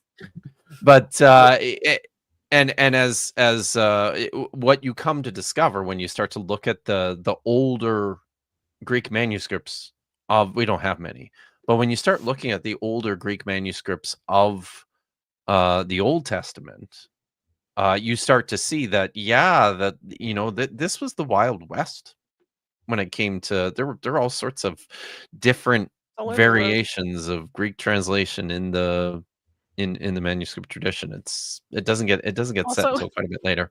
I can answer this one. What Bibles did people have 12,000 years ago? Well, none. There weren't Bibles 12,000 years ago. It was probably Sumerian. So actually probably not. Probably There's a particular just particular 12,000 years ago, Kip. I know. I'm sorry. I shouldn't have said anything. Good God. So Kip, I have a theory though, and Yes. a theory The and freaking Ice in Age. my head is that just as in your book, some of your quotations of the Old Testament actually don't align to any English translation we have now. You did your own. Yes. I do feel like when some of those mashups that we have, that it is possible that there were people just not actually I just think it's in the realm of possibility that some of those quotations were not actually referencing a Septuagint-like document, but more it's like, well, this is how we as a community in Greek recite this. This is just our translation of it as opposed to a formal tradition. That's just a hypothesis that I wait have. till you find out what the Targums are.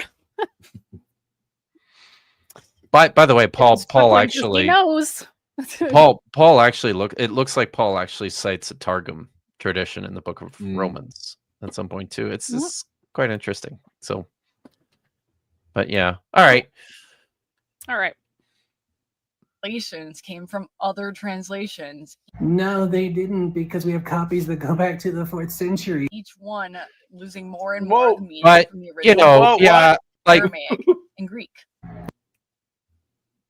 Is this really the? I mean, he's not wrong in the point he's making as we've been talking about. But is this really where he wants to land? The 4th century, right? Like, is that? I mean, I was gonna give him partial credit for not trying to say that some of the manuscripts are even older than that, because I've heard a lot of like evangelicals say, no, actually, this manuscript, if we really stretch it, it could actually go back to within 60 years of Jesus. Like, no.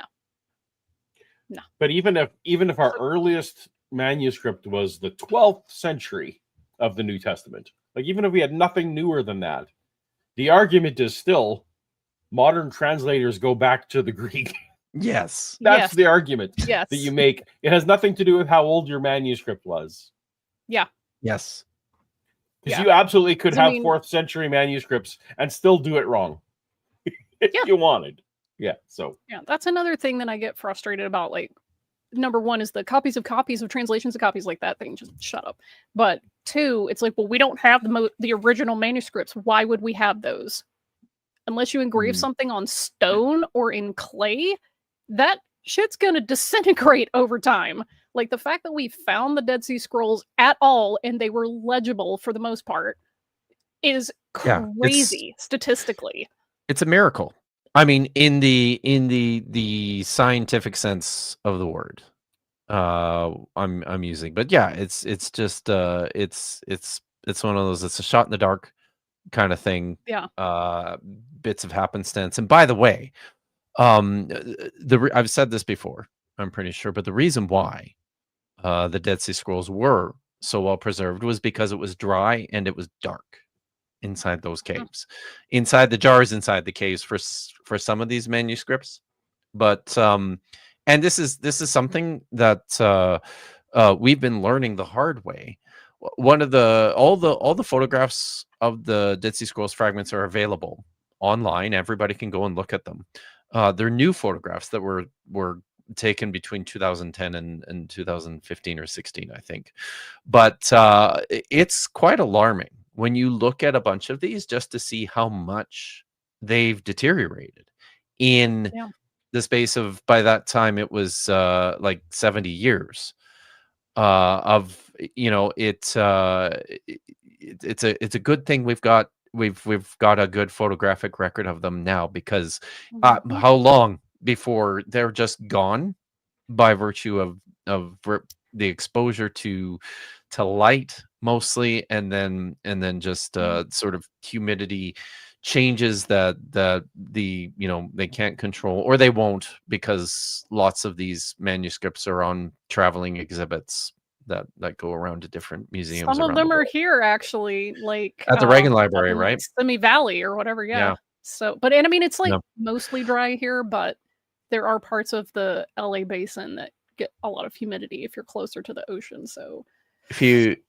ever go to a proper exhibit of the Dead Sea Scrolls, you'll notice that right away, that it's dark, and they will have lights on automatic timers on the display cases, so that they're not on for any longer than they have to be.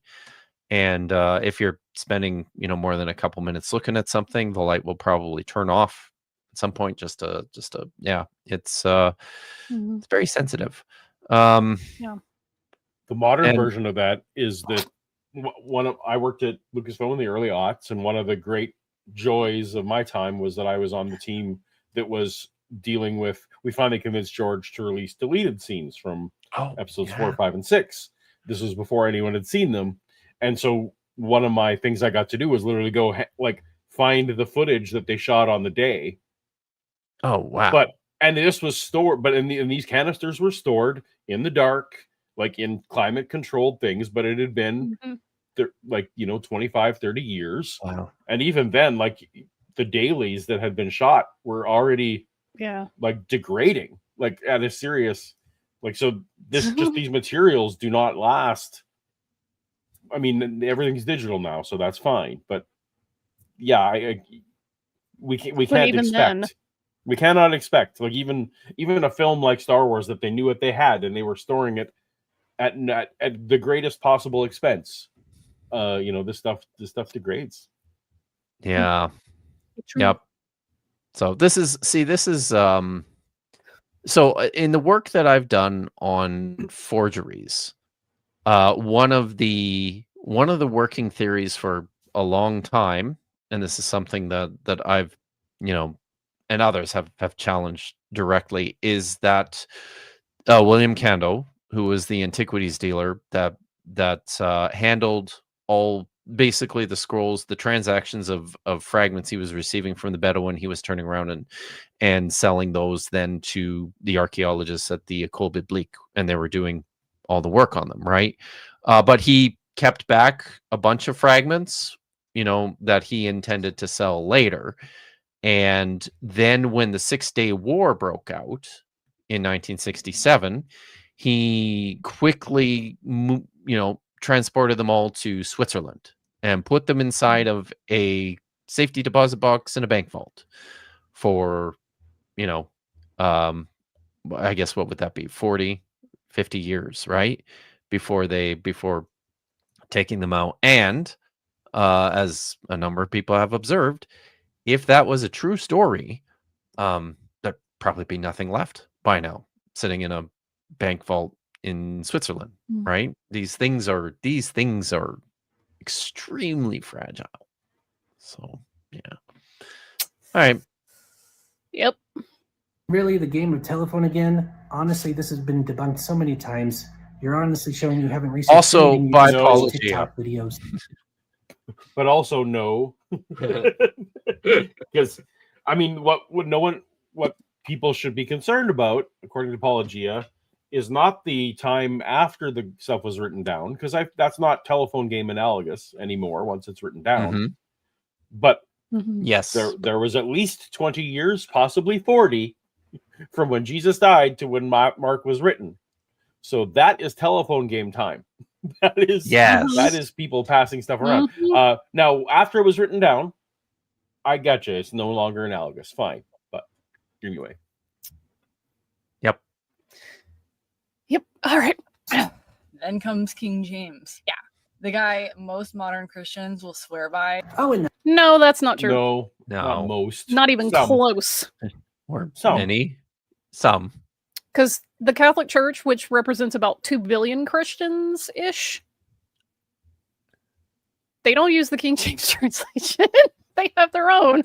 So, I think nice try. I think the only people still using the King James translation are the King James only people. Yeah, they're not the only ones. Probably some pockets here and there. I mean, But some evangelicals do use King James. Some Pentecostals still really favorite charismatic churches. They really like that it has a certain gravitas. So yeah. So What? speaking, I'll say this because this is fun.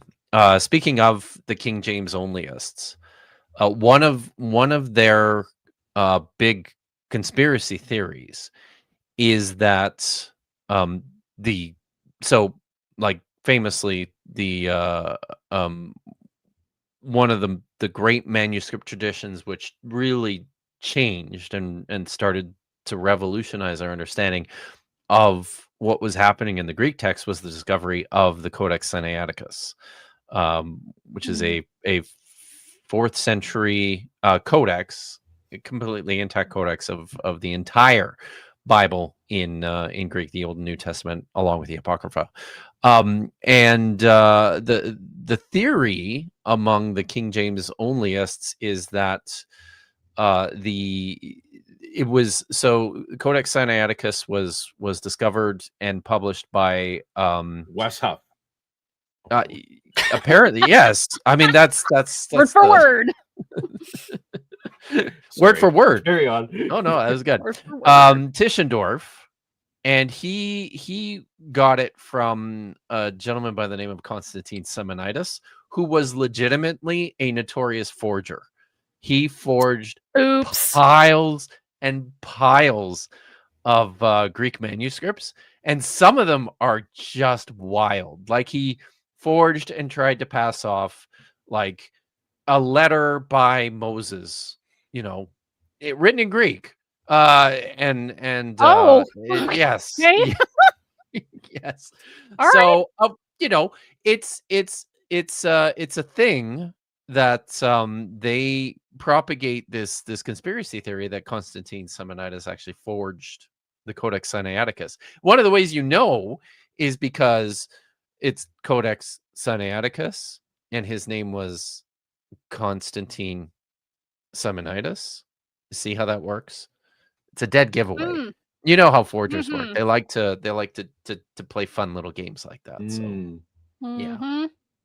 yeah. Humans do be egotistical like that. They do be. The name of King James, I've never heard anyone say that. He actually commissioned his version not for purity, not for accuracy. He did it to consolidate his own power. No, he didn't. In fact, it hurt his power. He did it to consolidate the church. To unify the church in England. It actually hurt. I actually have no idea. That would very much be interpreted. Did it actually? There was potential to hurt him, but it didn't actually hurt him. I get it. But also he prioritized just the manuscripts that they had. That was, as I understood it, right? Yeah. Like that they just didn't have the best manuscripts, and we have better ones now. So, yeah. And anyway, it's fine. But it's not. Yeah. I don't know. And as someone who, reads and analyzes English translations against the original languages and the manuscripts that we have, it's not like there's anything overtly. There's always some operating theological agendas that work behind any translation, but it's not like it's an especially English empirical. I don't know. I certainly don't get that sense when I'm reading it. No, it's. I think they were accurately I think the people who were doing the work, the people that they hired, were doing their best in general to translate what pages they were given.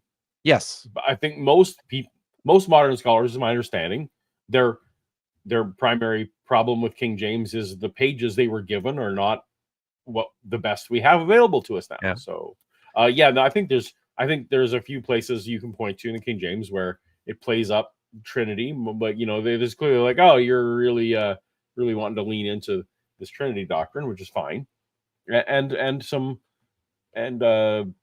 deconsolidation of some of the emphasis of some of the Catholic favorite verses about papal authority. But right, yeah, and Chris has probably got a point here too.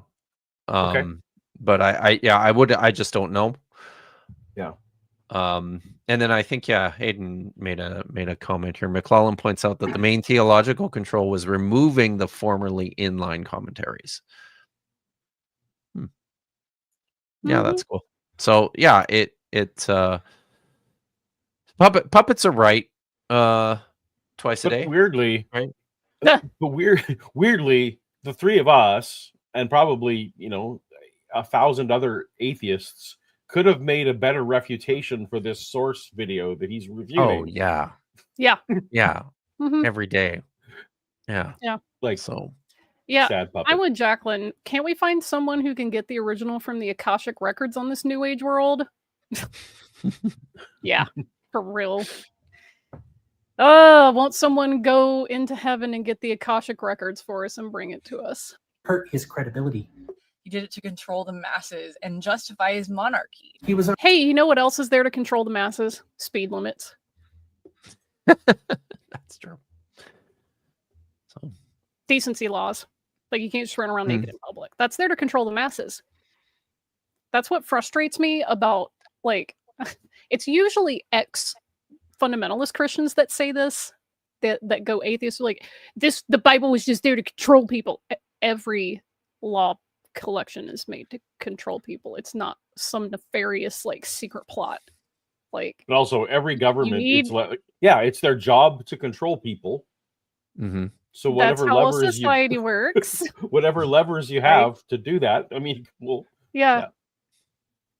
I mean, I know that this sounds weird, but like, hey, we're gonna have penalties for murder. That's part of. Oh no, they're trying to control you. Yeah. Like, my goodness, get a grip. Yeah. Acting as if this is the only source of like mass control. Ridiculous.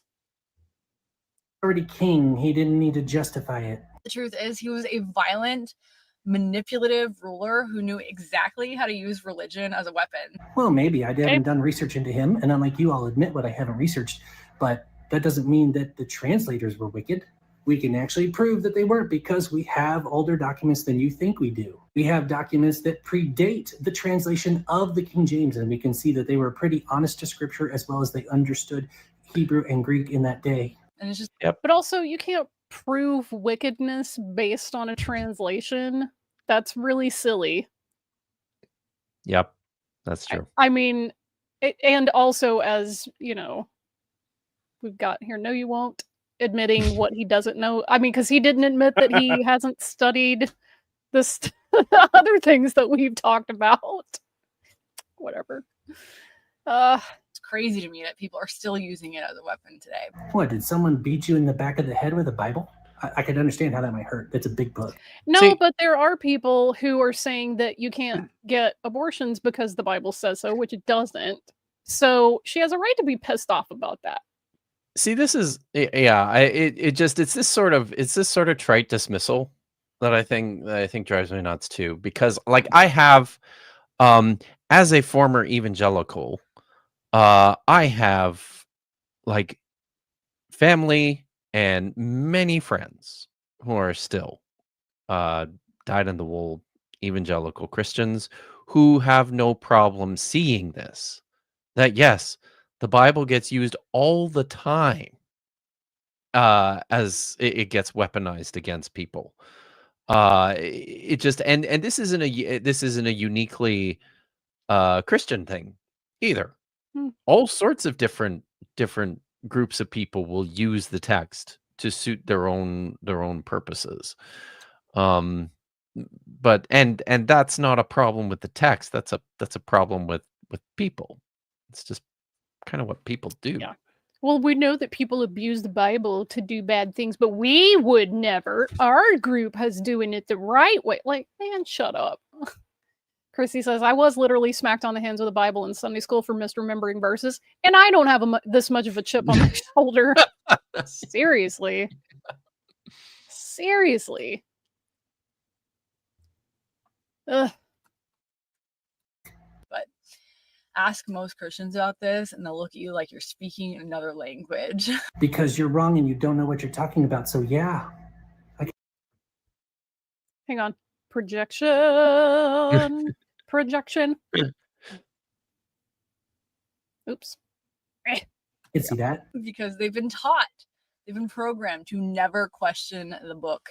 And you've been taught and programmed to always question the book because you love your sin. Even though the book is... Oh, wait. Oh, okay. Wait. You lost me, puppet. Oh, you were doing okay. Is that it? You just love your sin so much, eh, Paul? Yeah. If you love your sin, you stay in the Christianity. That's how that works. See, go ahead. Yeah, no. I was going to say. Now, I mean, I hear this. This is the I hear this from people who don't know me, or who don't know. It feels like they don't know anybody who's actually gone through this process. I sure never hear that from like my family members or my friends. No, never. Nope.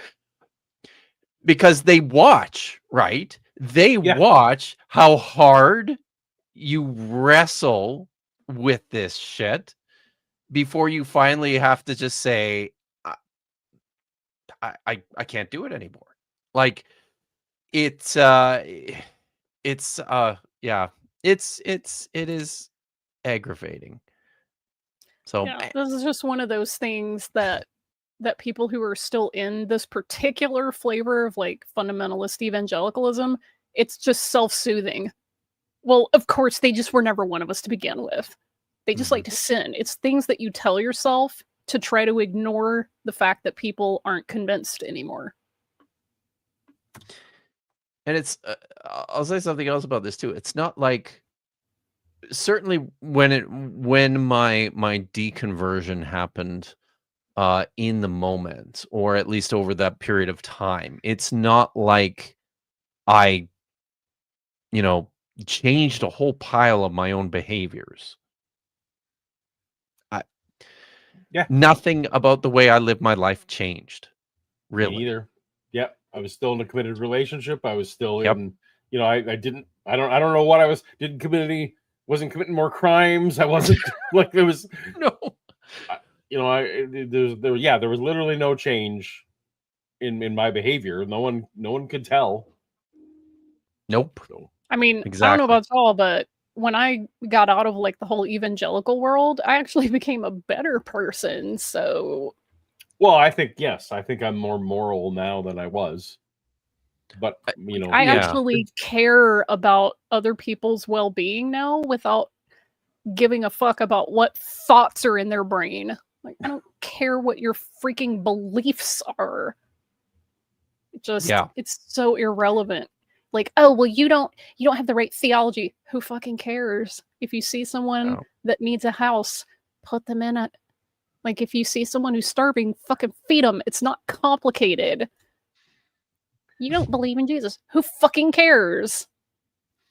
So irrelevant. I used to tell people all the time that deconversion wasn't a choice. It sucked and always sucks and is traumatic, and no one would voluntarily make that choice. Fuck this puppet.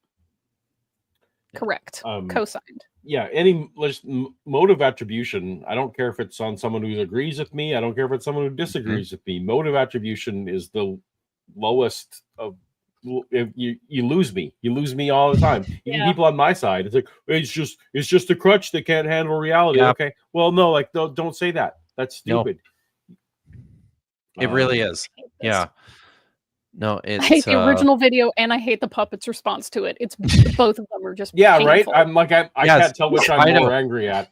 Until the Yeah, puppet. I think the seriously. puppet may have scored the winning goal here with his motive. But there's still more to go. Oh no, there's more to go. I thought take it it into was the the end end. zone here. So No. let's see. Self has been questioned. And yet has survived for 2,000 years and is still prominent. That's because of Christian hegemony, asshole.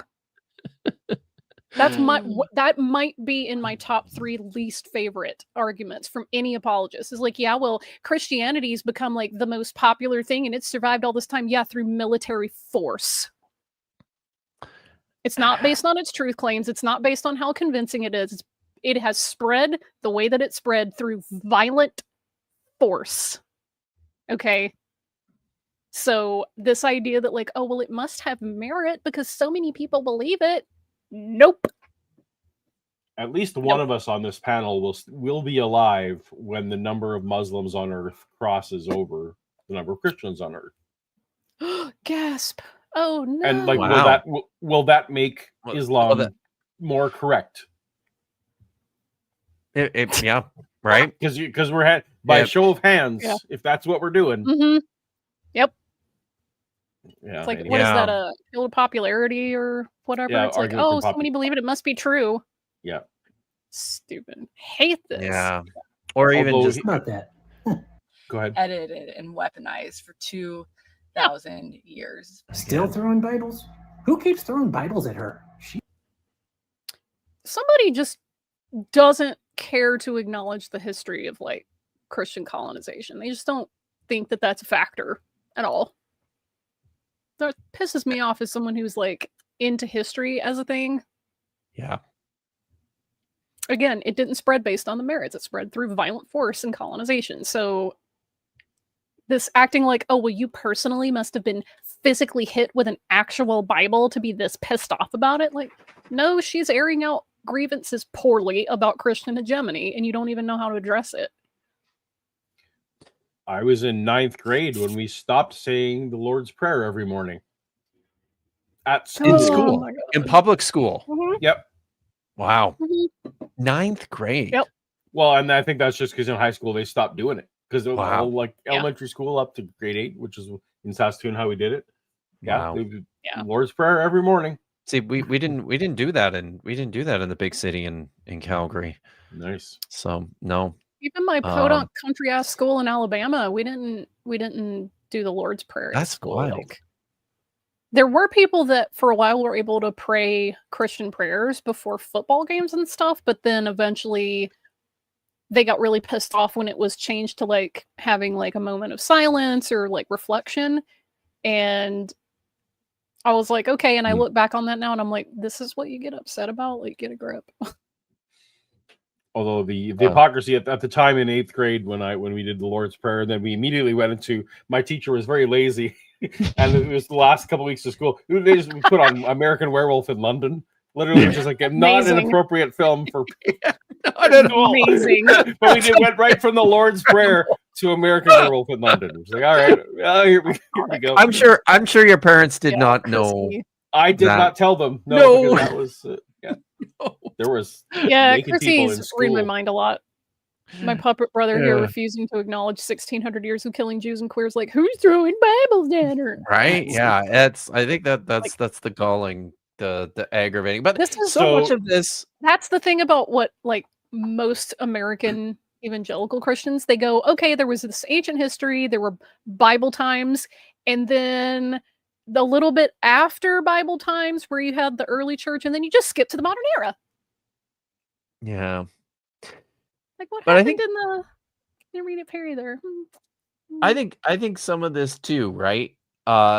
Stems from the very, very common feature of these American, Canadian, conservative, evangelical Christian communities to develop these deep persecution complexes as well, right? It survived over 2,000 years as if it's always right under attack, yeah, right? As if it's resisting these outside overpowering forces to yeah, to what's the word I'm Yeah. looking for? You know what I mean. So Claim yeah, victimhood. Yeah. That's the No thing one- about like Western, says the like North antiquities of the American Jews. Christianity is like, oh, well, we need to be constantly persecuted. I'm like, listen, man, when Christianity gained Roman state power, you lost almost all ability to claim persecution because you started doing the persecuting systematically, like with state power. And in the West, Christians are not persecuted. Like, I'm not even sorry. If you are in like the United States, Canada, most of the New World, actually, in most Anglophone countries, you are not persecuted if you're a Christian. There are countries where you would be persecuted for being a Christian, but the West is not a place where that happens. So, people saying no to you is not persecution. No one says Josephus's Antiquities of the Jews survived 2,000 years, so it must be true. Jeez. true, right? It was written around Yeah. the same time. Like, no one phrases it the Yeah. same way. It survived somehow. Yeah, but Therefore, Jeez. did you? Because I remember feeling like this too, right? Like I remember feeling persecuted Oh, for sure. as an evangelical. Yep. You know, we watched. Well, it was before there was A Thief in the Night was the one that was before Left Behind. We watched that in church, and it, you know, completely traumatized me as a child. But and we were, I think too, just the constant conditioning about how small the actual Church of Jesus is compared to. We're told this, right, that the actual church, the true Christians, only form like this tiny little sliver of all of humanity, even though you've got like all these people out there calling themselves Christians. They're not real Christians. We're the real ones. And right. And you start to internalize that too. I think I remember, you know, going into more public spaces as a kid and feeling like an outsider, even though I absolutely was not. Like at any point, it was just something that I carried with me wherever I went. Yeah. Absolutely. Yeah, and that's another thing is, especially in the West, particularly in the West, and I'm going to just call out the United States here, Christians do not fear, overwhelmingly, white Christians do not fear violence when they walk in a church. Black churches, sometimes different because they have experienced violence recently from white nationalists, but every Jewish synagogue has to hire private security. When I attend synagogue, I regularly have to walk through a security checkpoint. Okay, this is just a way of life for us. Any church in America, you can just walk in. They don't stop you. They don't ask to search your bags. You don't have to walk through metal detectors. You don't pass a whole flock of police to go to your service. You just walk in, right? That is not how Jews function in this country, but and largely have you across ever the had planet. But you know, sometimes businesses say happy holidays. Right. So that's the same. It's the war on That's the Christmas. same. That's the It's the same. People are doing things that my practice forbids, and that just like offends me personally. That just ruins my whole like. I just can't. Like, I feel like this puppet person, and I don't know this for a fact. Obviously, don't know anything about this person. It sounds to me though like someone in their young 20s who doesn't have a lot of life experience. This I feel like I could have when I was 20, right, something, would have made the same video because I was new to life. Right. Yes. Yeah. And maybe I'm extending too much grace, but it does kind of, I am kind of getting that vibe that this is. No, I think that's a good point. They haven't talked to non-TikTok people. Yeah. Yeah, seriously. Seriously. All right, let's see. We get through this. And anytime you do question it, you get this circular logic. Oh, get ready for the circle. That the Bible is true because the Bible says it's true. And they usually quote a line from a letter that Paul wrote to Timothy when they say that. Paul didn't write that. No. We bring he up didn't. that argument when you say the Bible doesn't say it's true, and then we point out that it does. No, the Bible is true because I've seen the evidence of its truth in my life. Oh, okay. That's what a testimony is for. That's what a personal faith is for. I've seen it true so much in my life that the parts I don't know about, I can take on faith. Every religion has that. And in fact, and even non-religions, just book clubs, the people who read The Secret have the same thing. Right, yes. But also, like, I'm not Jewish because I have a faith that it's true or that it's true in my life. Like, I'm Jewish because I choose to be part of that community. That's it. Right. But I think what he's trying to say faith is and personal testimony. I'm like, listen, I love studying history. I love critical scholarship, as you well know. That's not part of my identity. Like, this idea that you have to have thoughts and faith, like, for this puppet. Obviously, evidence isn't what convinced him. It's not what convinces anybody. It's a personal experience, like your emotions get activated and you attribute it to the supernatural, or something happens and you think, oh, well, that was definitely God. That's what convinces them. How is that? He's going down at least something honest. I actually love when Christians go this way. Yeah, I mean, because that is literally, I can actually, I'm not going to argue with anyone at that point. Oh, you have the burning in the bosom. You got the thing, okay. You're just going, you're not trying to make a historical claim at this point. You're just saying by vibes. Yeah. This resonates with me. And, and when I look back on it, and I'm being honest, right? Those were the things that were the most significant, important, meaningful to me when I was still. My religious experiences were exactly what kept me in it, and it was the pursuit of evidence and information and data that would for the biblical text, for the history, that was all in the service of validating that. Yeah, it was right. I did want to bring this up from Lawrence. Speaking of 2 Timothy 3:15-16, and Paul, you pointed it out. Not even written by Paul, right? The other Paul. This is, it's interesting on a couple of levels. The word there, the Greek word that is translated as inspired, usually. Yep.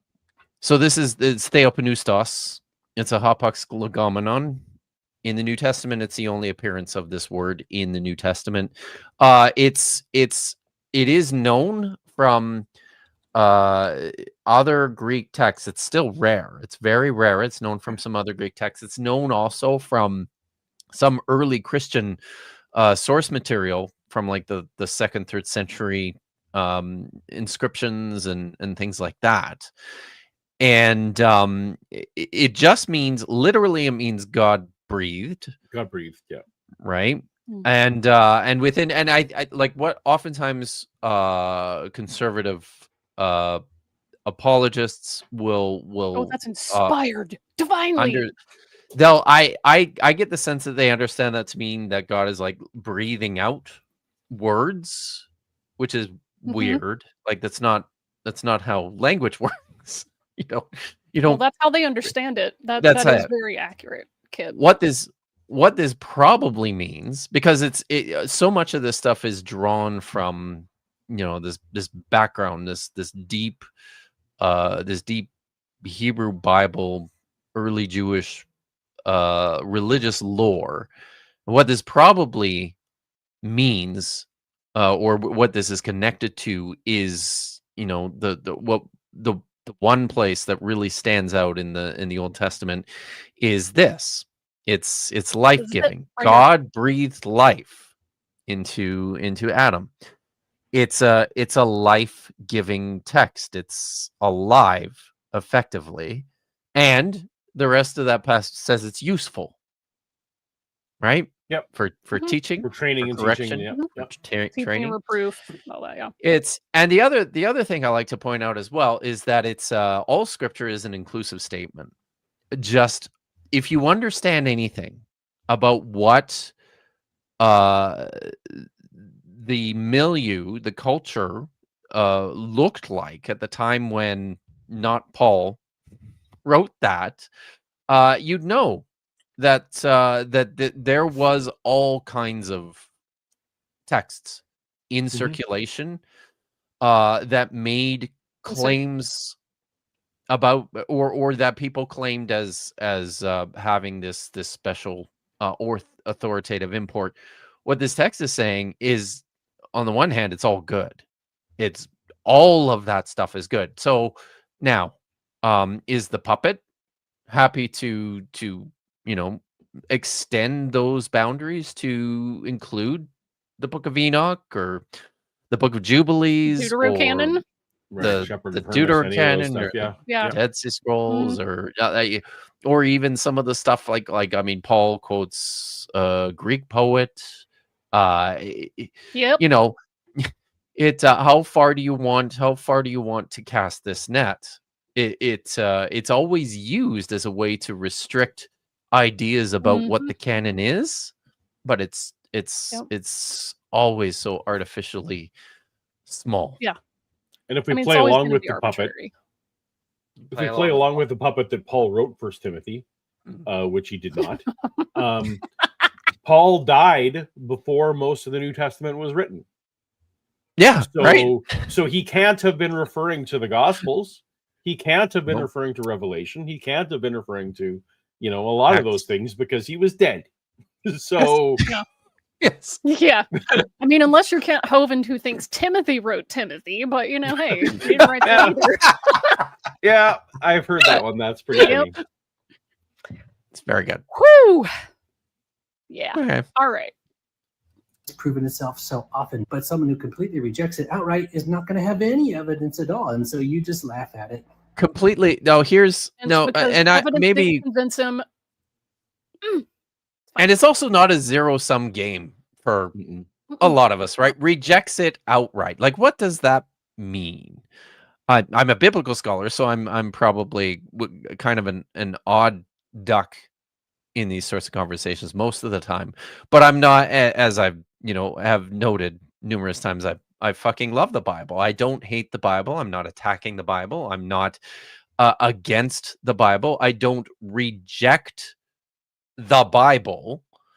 It's part of, and this is a point I try to I strain to make in the book that I wrote, that it's a foundational text. Like if you're speaking English, then the Bible is, whether you know it or not, a foundational text for your culture, for your worldview, for your entire way of thinking and processing things. There is a debt there. And but better than anything, instead of stomping our feet and casting it aside, I always tend to think the better approach is to try to understand it. Yeah, and this is like, I keep saying this, and I will say it until it's not necessary anymore.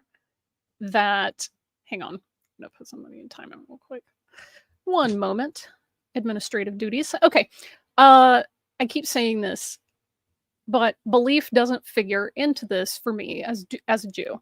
I fucking love the Bible, as does Kip, who has a shirt that reads, "I fucking love the Bible." I think it's in the laundry. It's part of my cultural inheritance.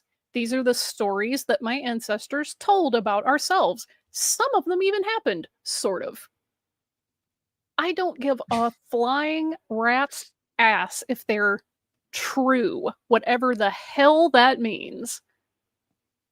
This is a text that I enjoy studying. This is part of my history, and it doesn't mean, oh, well, the flood literally happened. No, the story, the actual narrative, not the events in the narrative, that's part of my cultural inheritance. I like to study that. Some of it's got some really cool poetry in there. Some of it makes really good songs. Some of them are really catchy. I like seeing how human of a text it is. I like seeing how we tell stories where people are flawed. Greek mythology has gods that are flawed. Why wouldn't the ancient Israelites have a god that's flawed and leaders that are flawed? We write gods in our own image. It's just so cringe. I hate that fundamentalist Christianity has rotted so many brains that people either take the whole thing as a unit or they throw the whole thing out as a unit. That is doing a massive disservice to the text. Well, as someone who I'm the opposite of you in this motivational description. I care about the New Testament only to the parts that I can determine are true. I care about it not as inspiration, not as someone that I'm taking life lessons from, not as enjoyment, but literally as which parts can I determine are true. Yeah. But I also do not reject it outright. There are apps like the First Timothy, which I just poo-pooed as Paul didn't write that. I have come to accept that accurately reflects the state of the church debates at the time it was written. I would be crazy not to understand that that's the topics they're discussing were obviously being debated when that book was written, or that doesn't make sense. It contains truth. I think that Jesus was a historical person, that it was at least inspired by a real dude from Nazareth.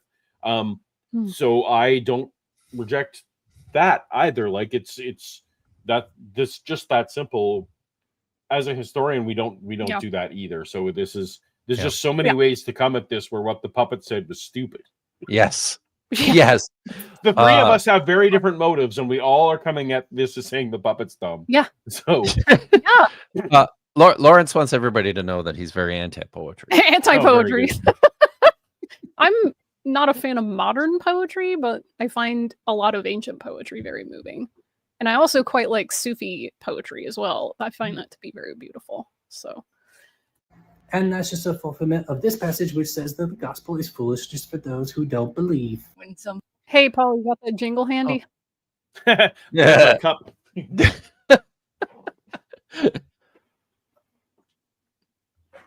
We'll just do that. There we go. Do that. You could sing it. You could sing a fish. So. But he says the Bible is true because the Bible says it's true. It's like plugging a power strip into itself and expecting electricity. Amazing. And when an atheist says the Bible isn't true because they say it's not true, it's the same thing. You haven't proven anything. Well, no. That's neither of you guys have done well here. Yeah, none of this is correct. I but will also, say he's closer to something that's accurate with plugging the power strip into itself, but neither of them are 100% spot on. I don't know if this TikTok person at any point said that that's why she rejects the Bible, but I mean, the Bible does contain a lot of claims, and it does. A claim. I make claims and I adopt the burden of proof, when I do so. So, I think the author of John knew the book of Mark, and I'm willing to fight with people about that. So, it's the way it goes. Carry on. Yeah, and it's sort of is not proof. It's just blind faith talking. We cut Kip off on his own show. Sorry, it happens. But I think too. I mean, the Bible famously is circular in a lot of the ways in which it is self-referential and self supporting and laudatory. I remember how much I used to love. It's still pretty cool. Psalm 119, which is all about how amazing that's my favorite psalm. the Torah is, right? Not the Bible, importantly. Just the the Torah. Torah, Yeah. right? Yeah. So it's and we always as a Christian, as a believer, I always used to read those sorts of very strong internal claims about the text and about the Word of God as if they were self-sustaining. So it kind of that's what she's getting at poorly, I think. Well, I was gonna say I remember one of the pastors that I worked under saying, like, he would quote from the Psalm where it says, like, your law is good, but he would insert your law, the Bible, just so that people didn't get the wrong idea. We can't have people thinking we're Jewish or legalists, And I remember leaning over to one of my friends in the orchestra and just going, "Do you hear what he's doing? Like, why are you adding this? Why are you so upset?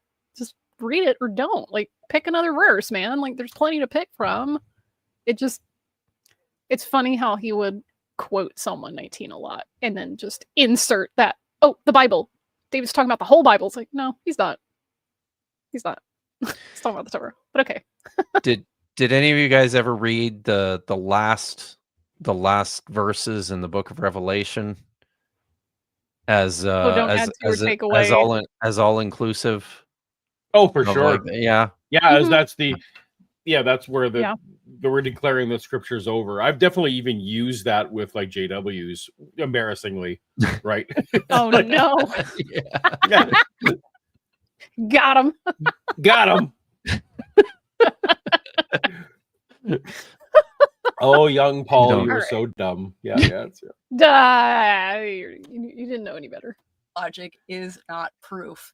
It's just blind faith talking to itself. Exactly. But if people actually did the research... Yeah, if people would do the research, imagine that. They knew what... Yeah, you would learn that it's a lot more complex than just true or false. That's not how this fucking anthology of stuff was meant to work. I get very frustrated. The way that puppet said, "Imagine that," it sounded like Eric from Testify. Oh no. Now I'm wondering if this Testify branching out to make this is probably not another. Yeah, I tend to ignore this kind of stuff, but I don't want to today. Abrahamic, I think they meant Abrahamic.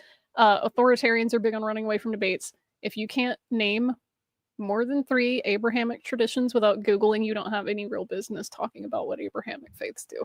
Thanks. That's my soapbox for the day. Was left out and why, and if they understood how much of modern Christianity is built on mistranslations. Then they got false information because they didn't bother looking it up. And political agendas. It is kind of fun. Agendas. how much everything's political.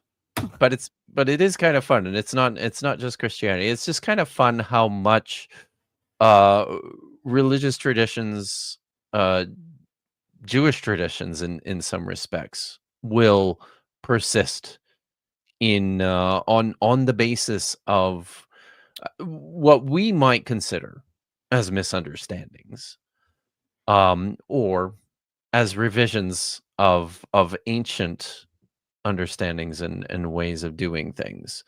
So it's I mean, in terms of the ancient Israelite religions, you've got developments in Judaism that are recontextualizing those, and in many respects just outright change. I mean, I actually go through some of this in terms of when you go through systematically and you observe from a diachronic perspective the evolution of the feasts in antiquity, right? They're changing the meaning of the festivals to suit their own purposes, and Christianity is doing much the same thing, poorly in some respects. I mean, it's kind of amusing, right? That how much traction something like Matthew's invocation of Isaiah 7:14 gets in support of the virgin birth on the basis of a bad That's translation. exactly what I was thinking, yep. Yeah, the it other one wasn't- I like is how Jesus' death is presented as a sacrifice, and a sacrifice for sin, and this is then connected to the Passover. Yeah, which is because not the a Passover famously was not a sin offering. right. So it's so much Yeah. misunderstanding and just appropriation to suit your own. God, it's almost like they arrived at a conclusion and then went looking for texts to Weird. Proof texting. I do feel like if that I mean, and, like, TikToker look. had said, if the TikToker had said misinterpretation instead of mistranslation, it would have gone a lot. It would have been a lot better for her. Yes, I Right? agree. I That's mean, true. With the Isaiah thing, it didn't start as a bad translation. It started because Alma doesn't really have a good equivalent in Greek, so they used Parthenos. That's true. That wasn't malicious. It wasn't intentional. It was just like, okay, well, we don't really have a good analog, so let's use the closest thing we have. And then Parthenos has this meaning that became virgin.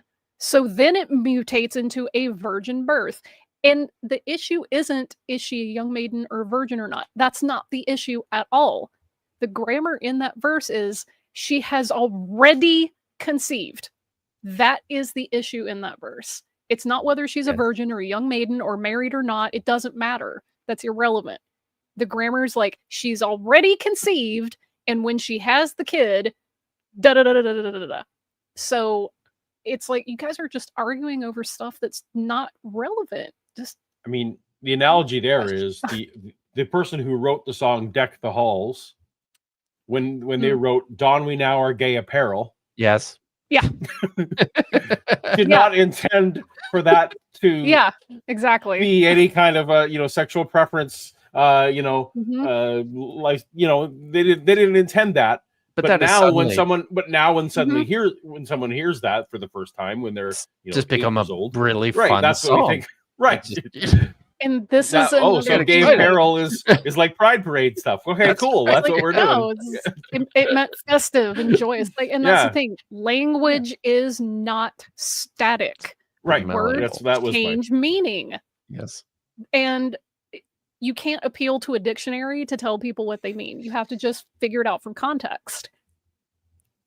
This is something that a lot of it doesn't even matter what the topic is. People will be like, well, the dictionary says. The dictionary is telling you how people right now are using the word.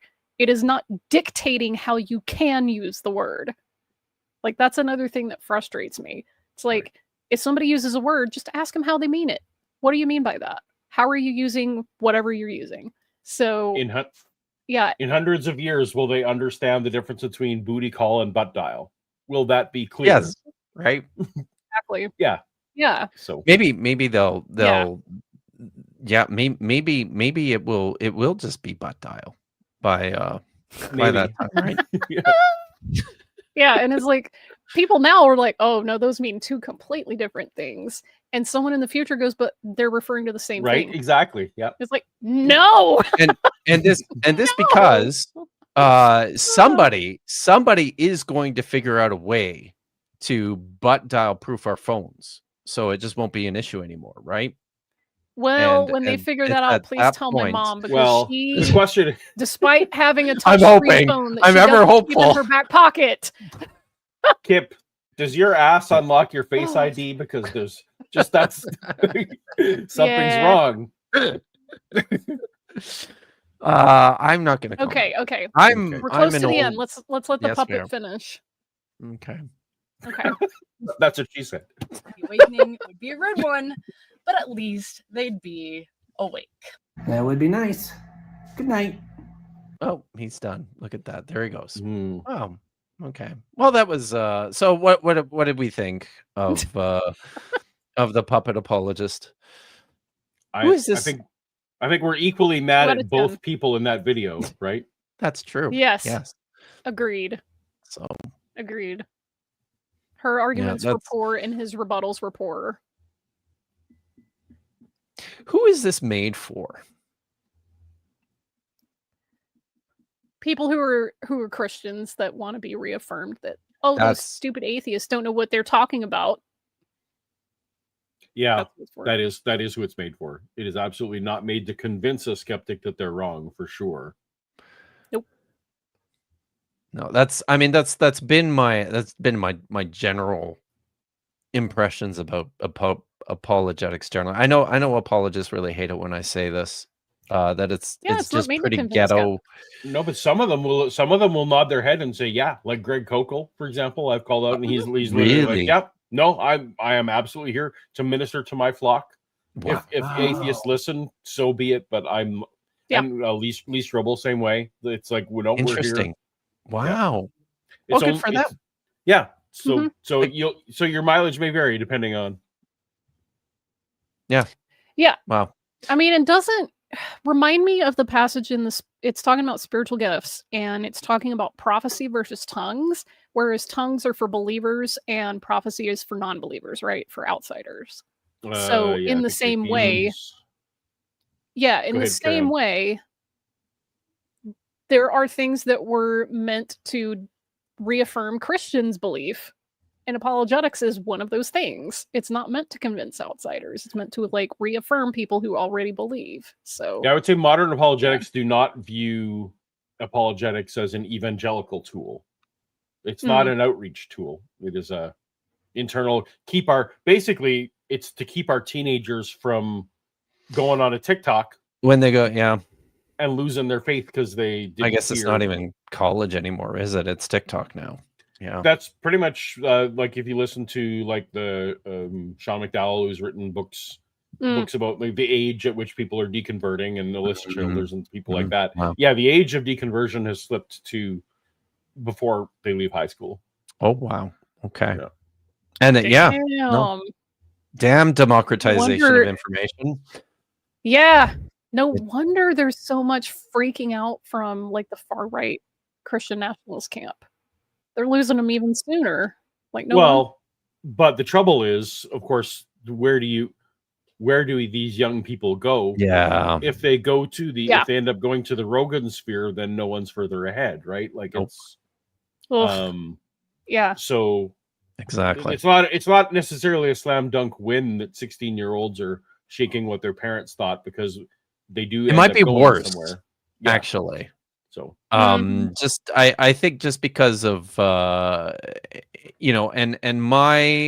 maybe like as someone who I could see myself as if I was a person who deconstructed as like a young adult, right? As in my 20s, maybe my whole outlook would be a little bit different just because of how much angst I was just generally experiencing in my early 20s, in my late teens and early 20s, right? So when this stuff happens later, I think there's a maturity level at which we already had kids when that happened to us. So exactly. So you're a little bit at a different stage. Yeah. So what happens then when you're Simone has a good point. Democratization of information, but also misinformation. If they deconvert because they learn, quote unquote, that Jesus never exists and the Bible's written in Greek in Alexandria. Right.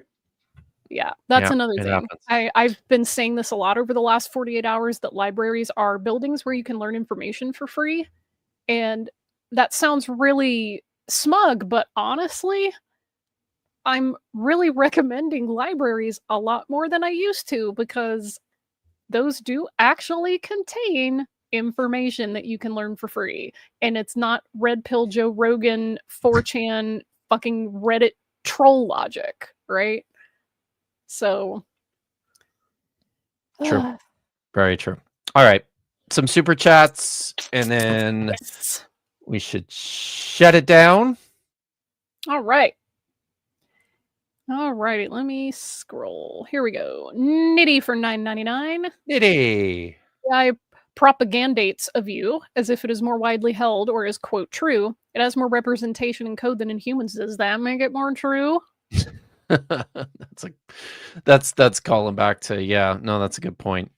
By the way, so Nitty is my co-host for my bi-weekly Saturday night show, Budget Scripture Saturday, along with Dr. Tapioca Weasel. We're on tomorrow night at 7, but sadly I've been informed that Nitty won't be joining us, so it will just be the Aw. Weasels, just the Weasels and me. Do you want to come back and hang out, Vish, on Saturday night? You're more than welcome to. I don't know yet. I need to check my calendar. Sure. Because I'd ask you too, Paul, we're still but I coming assume off the you busiest have week. a life. So No, I do have a life. Yeah. so yeah, no, okay. Also, I highlighted this because Mandeism mentioned. Oh, Like, speaking of There you go. Abrahamic faiths that rarely get mentioned, shout out Mandeans. there you go. Nice. So Yeah. Right. Brendan for 5. Do you guys have any experience with Christian, quote, haunted houses you go in and they scare you into converting, like Happy Halloween Center? Yeah. oh, Hell wow. houses, or what are they called? Scared Straight, or Yeah. there was a phrase that I remember those being called.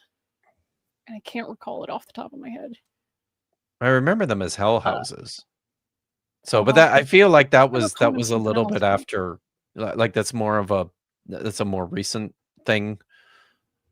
I'm like certainly Because I remember post-90s. seeing those in middle school, and yeah, it was like mid to late 90s. But judgment houses, Brandon says. Okay, so Lil, $2. Kip, has Dagon blessed his Lilith treats yet? He left Lilith. Has he left had? the room. Sorry. No, Oh. he hasn't. So I will be sure to get them to him. That's 2 for 2. You won't butt dial when your phone is a go. True.